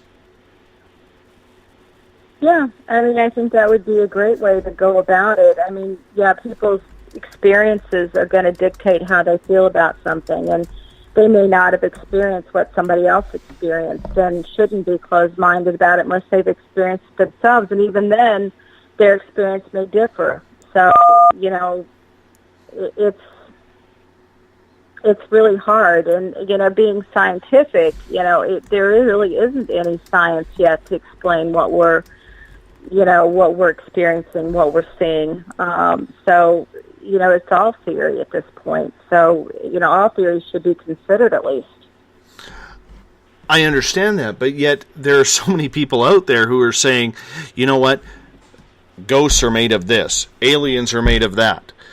Bigfoot is, and Bigfoot's a big one for me on this, because as someone who has experienced Bigfoot, and in my area, British Columbia, where First Nations people believe that it is a spiritual / interdimensional type shape-shifting being, and yet we have people saying, no, it's strictly a hominid, it's maybe Nephilim, it's maybe a Gigantopithecus. You can't trust what other people are saying because this is what it has to be. And then you throw in the question, well, tell me how in the snow those footprints just disappeared and stopped in the middle of the tracks. Where did it go? And they don't want to hear anything about it. And I find that very negative, because if we're all working towards the same goal, we should be open-minded to consider all theories until the theories are proven or disproven. Right. No, I definitely agree. I mean, until, we've captured one, or, one's come up and, we've had a chance to study it, we're not going to know for sure. And, nobody's answer is better than anybody else's. They're all theory.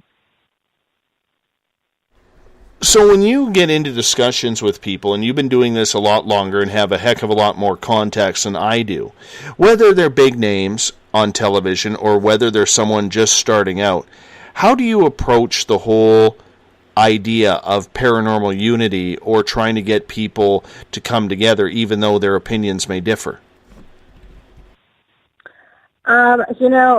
I kind of gave up years ago, just because it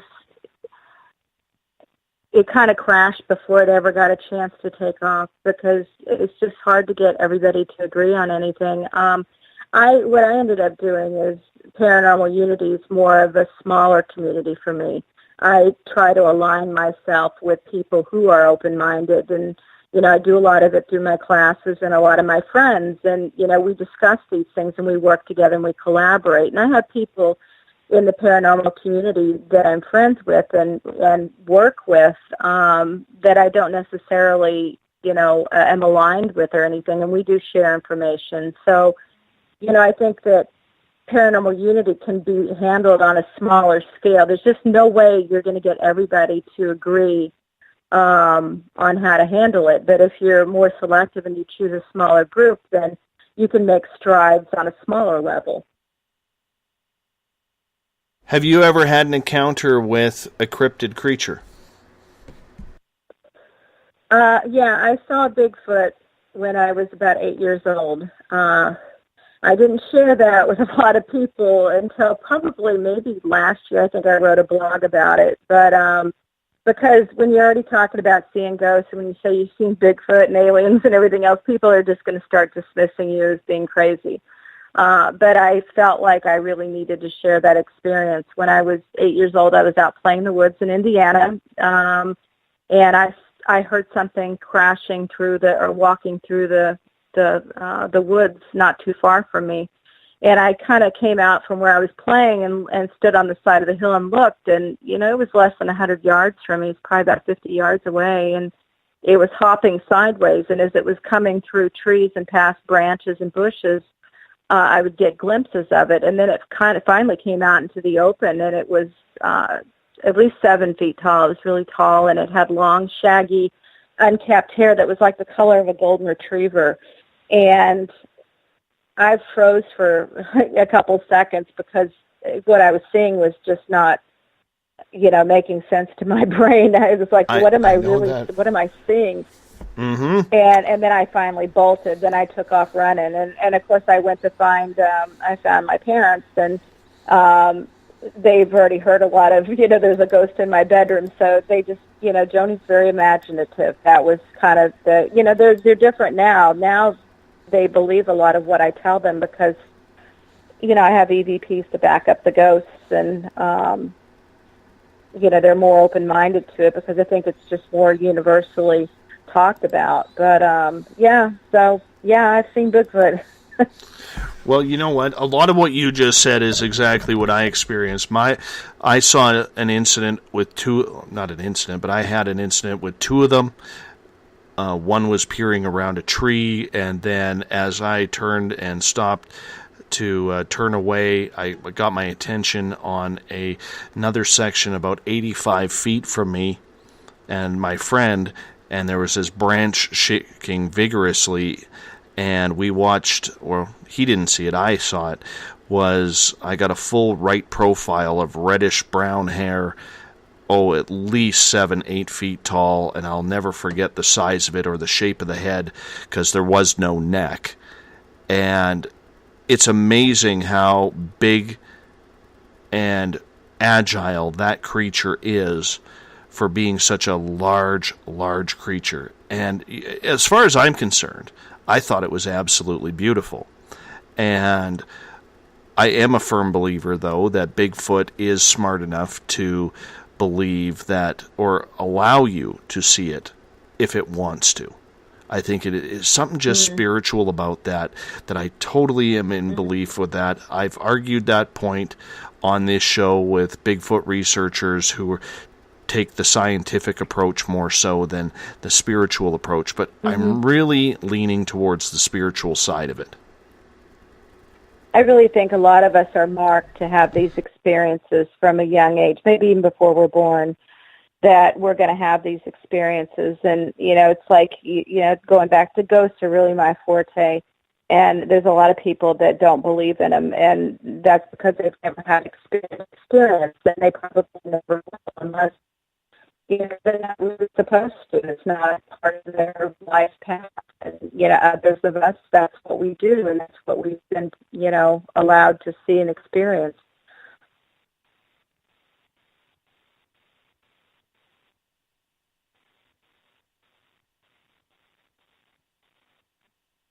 I can tell you this, now that you are in Indiana, you need to get a hold of a lady, and you can find her on my Facebook, named Edie Kaito. And she actually is in Indiana. She's a Bigfoot investigator. She's wrote a book on Bigfoot. And she actually has a gifting site that is very, very active. She doesn't tell anybody where it is, but she will take you there. And the park rangers know it's there. And she gets Bigfoot contact. I think she goes there about every second day. And every second day, there is something different around there that has patrolled and played around her gifting site. It really is an amazing story. And now that you're in Indiana, you're definitely going to need to get a hold of Edie. Okay. Excellent. All about building I will do context. That. Yes, it's all about building context. Yeah, definitely. Yes. You write for a ghost diary. Yeah, is that more a blog? Okay. It's a website that covers various paranormal topics, and I haven't contributed in a while, but I do have an article I'm working on right now, so I'm going to start. It's theghostdiaries.com, so if anybody's interested. One of my articles went viral, super viral, to the point where it was shared like over 1 million times. And oh, wow. Stolen as well. Yeah, it was stolen by several people that just took my byline name off and put theirs on there. So that was one of my first experiences with people that do such things. But, yeah, it ended up leading to, the blog was about how to know when a loved one, deceased loved one is visiting. And I ended up turning that into a book, which is my latest book called Signs of Spirits, and it talks about all the different ways that people experience loved ones coming to visit that may not be what you would expect. And it's just been phenomenal. The messages I get and the reviews I've gotten on that book, it's opened up a lot of people's lives and made them realize that their loved ones really are still around. Do you find a little bit of a personal release to be able to just put your own words into a blog type piece of writing where you can just let your fingers go from whatever your mind is saying? Do you find it just almost like a therapy? Oh, definitely. My books as well. I'm able to talk about the things that I've experienced and my philosophies, my theories, and it's very nice, because otherwise you're holding on to this information and it's just sitting there. I'd rather share it and maybe touch somebody with it, maybe help somebody with it, and then in turn they'll share their experience with me sometimes, and so my knowledge increases. So if you have something that that's worth sharing, share it, because that's almost part of the last conversation about paranormal unity. The more we share, the more we all know. Pamela wants to know, in the Spaced Out Radio chat room on Spreaker, what are you planning for your next book? Well, I'm probably going to write about our experiences in Gettysburg. We had something pretty terrifying happen to us. I kind of touched on it a little bit, but I didn't get into it fully. But I'm going to write about that experience. So that's going to be one of my next books. And then I also want to write about the town that I just moved to, is New Harmony, Indiana. And this place is an old, it was settled in the early 1800s as a utopian society, and it failed. And then another utopian society tried to take root, and they also failed. And then enough people just stuck around that it ended up becoming a town. So there's so much haunted locations, so many stories, that I think that might be another book too. So I've got a couple I'm kicking around right now.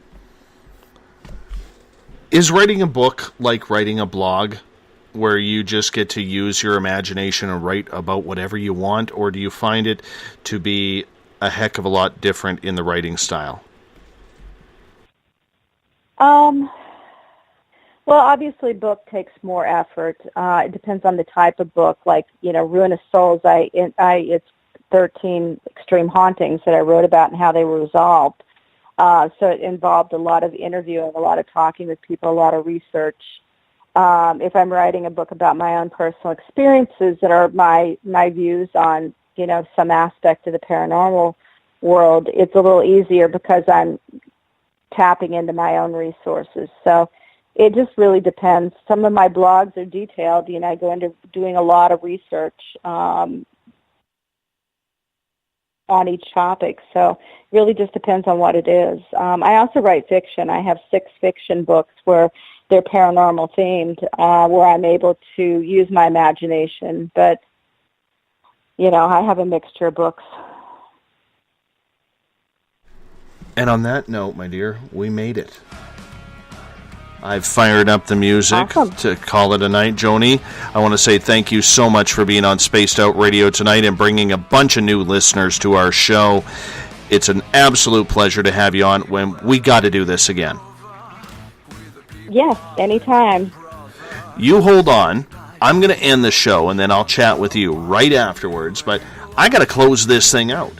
So I want to say thank you to Joni Mayhan for being on Spaced Out Radio. JoniMayhan.com is her website. So go check it out. Check out her books, check out her classes, check out her great pieces of writing. Her knowledge in the paranormal really enlightened us tonight. And that's what this show is all about, is getting that personal experience out there and getting it on a integral level. And I think the way Joni presents herself is very, very much filled with integrity, and that's the type of person us in the paranormal field have to learn from. Absolutely. Thank you so much for being on Spaced Out Radio tonight and checking things out. If this was your first time, I hope we impressed you enough that you're going to come back and check us out again. Remember, you can follow us on Twitter at Spaced Out Radio. Give our Facebook page a like, Spaced Out Radio Show. On Instagram, I can be followed at Dave Scott SOR. Subscribe to our YouTube channel, Spaced Out Radio Show, for our archives. And our website is spacedoutradio.com. While you're there, check out our great features like the SOR Space Wire, our affiliates page to see who we associate with, our blogs with some great writers, including yours truly, Bumblefoot, our musical genius in these parts, and of course our website, chat room, the SOR Space Travelers. Hey, it's just $5 a month, and we're going to give you a heck of a lot to go along with that. Not just our archives like the other guys. Bumblefoot's taking us home. I'm out of here for the weekend. Good night.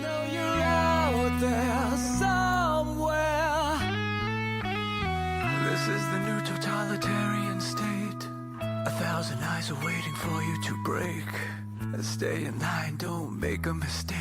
We're watching. We watched you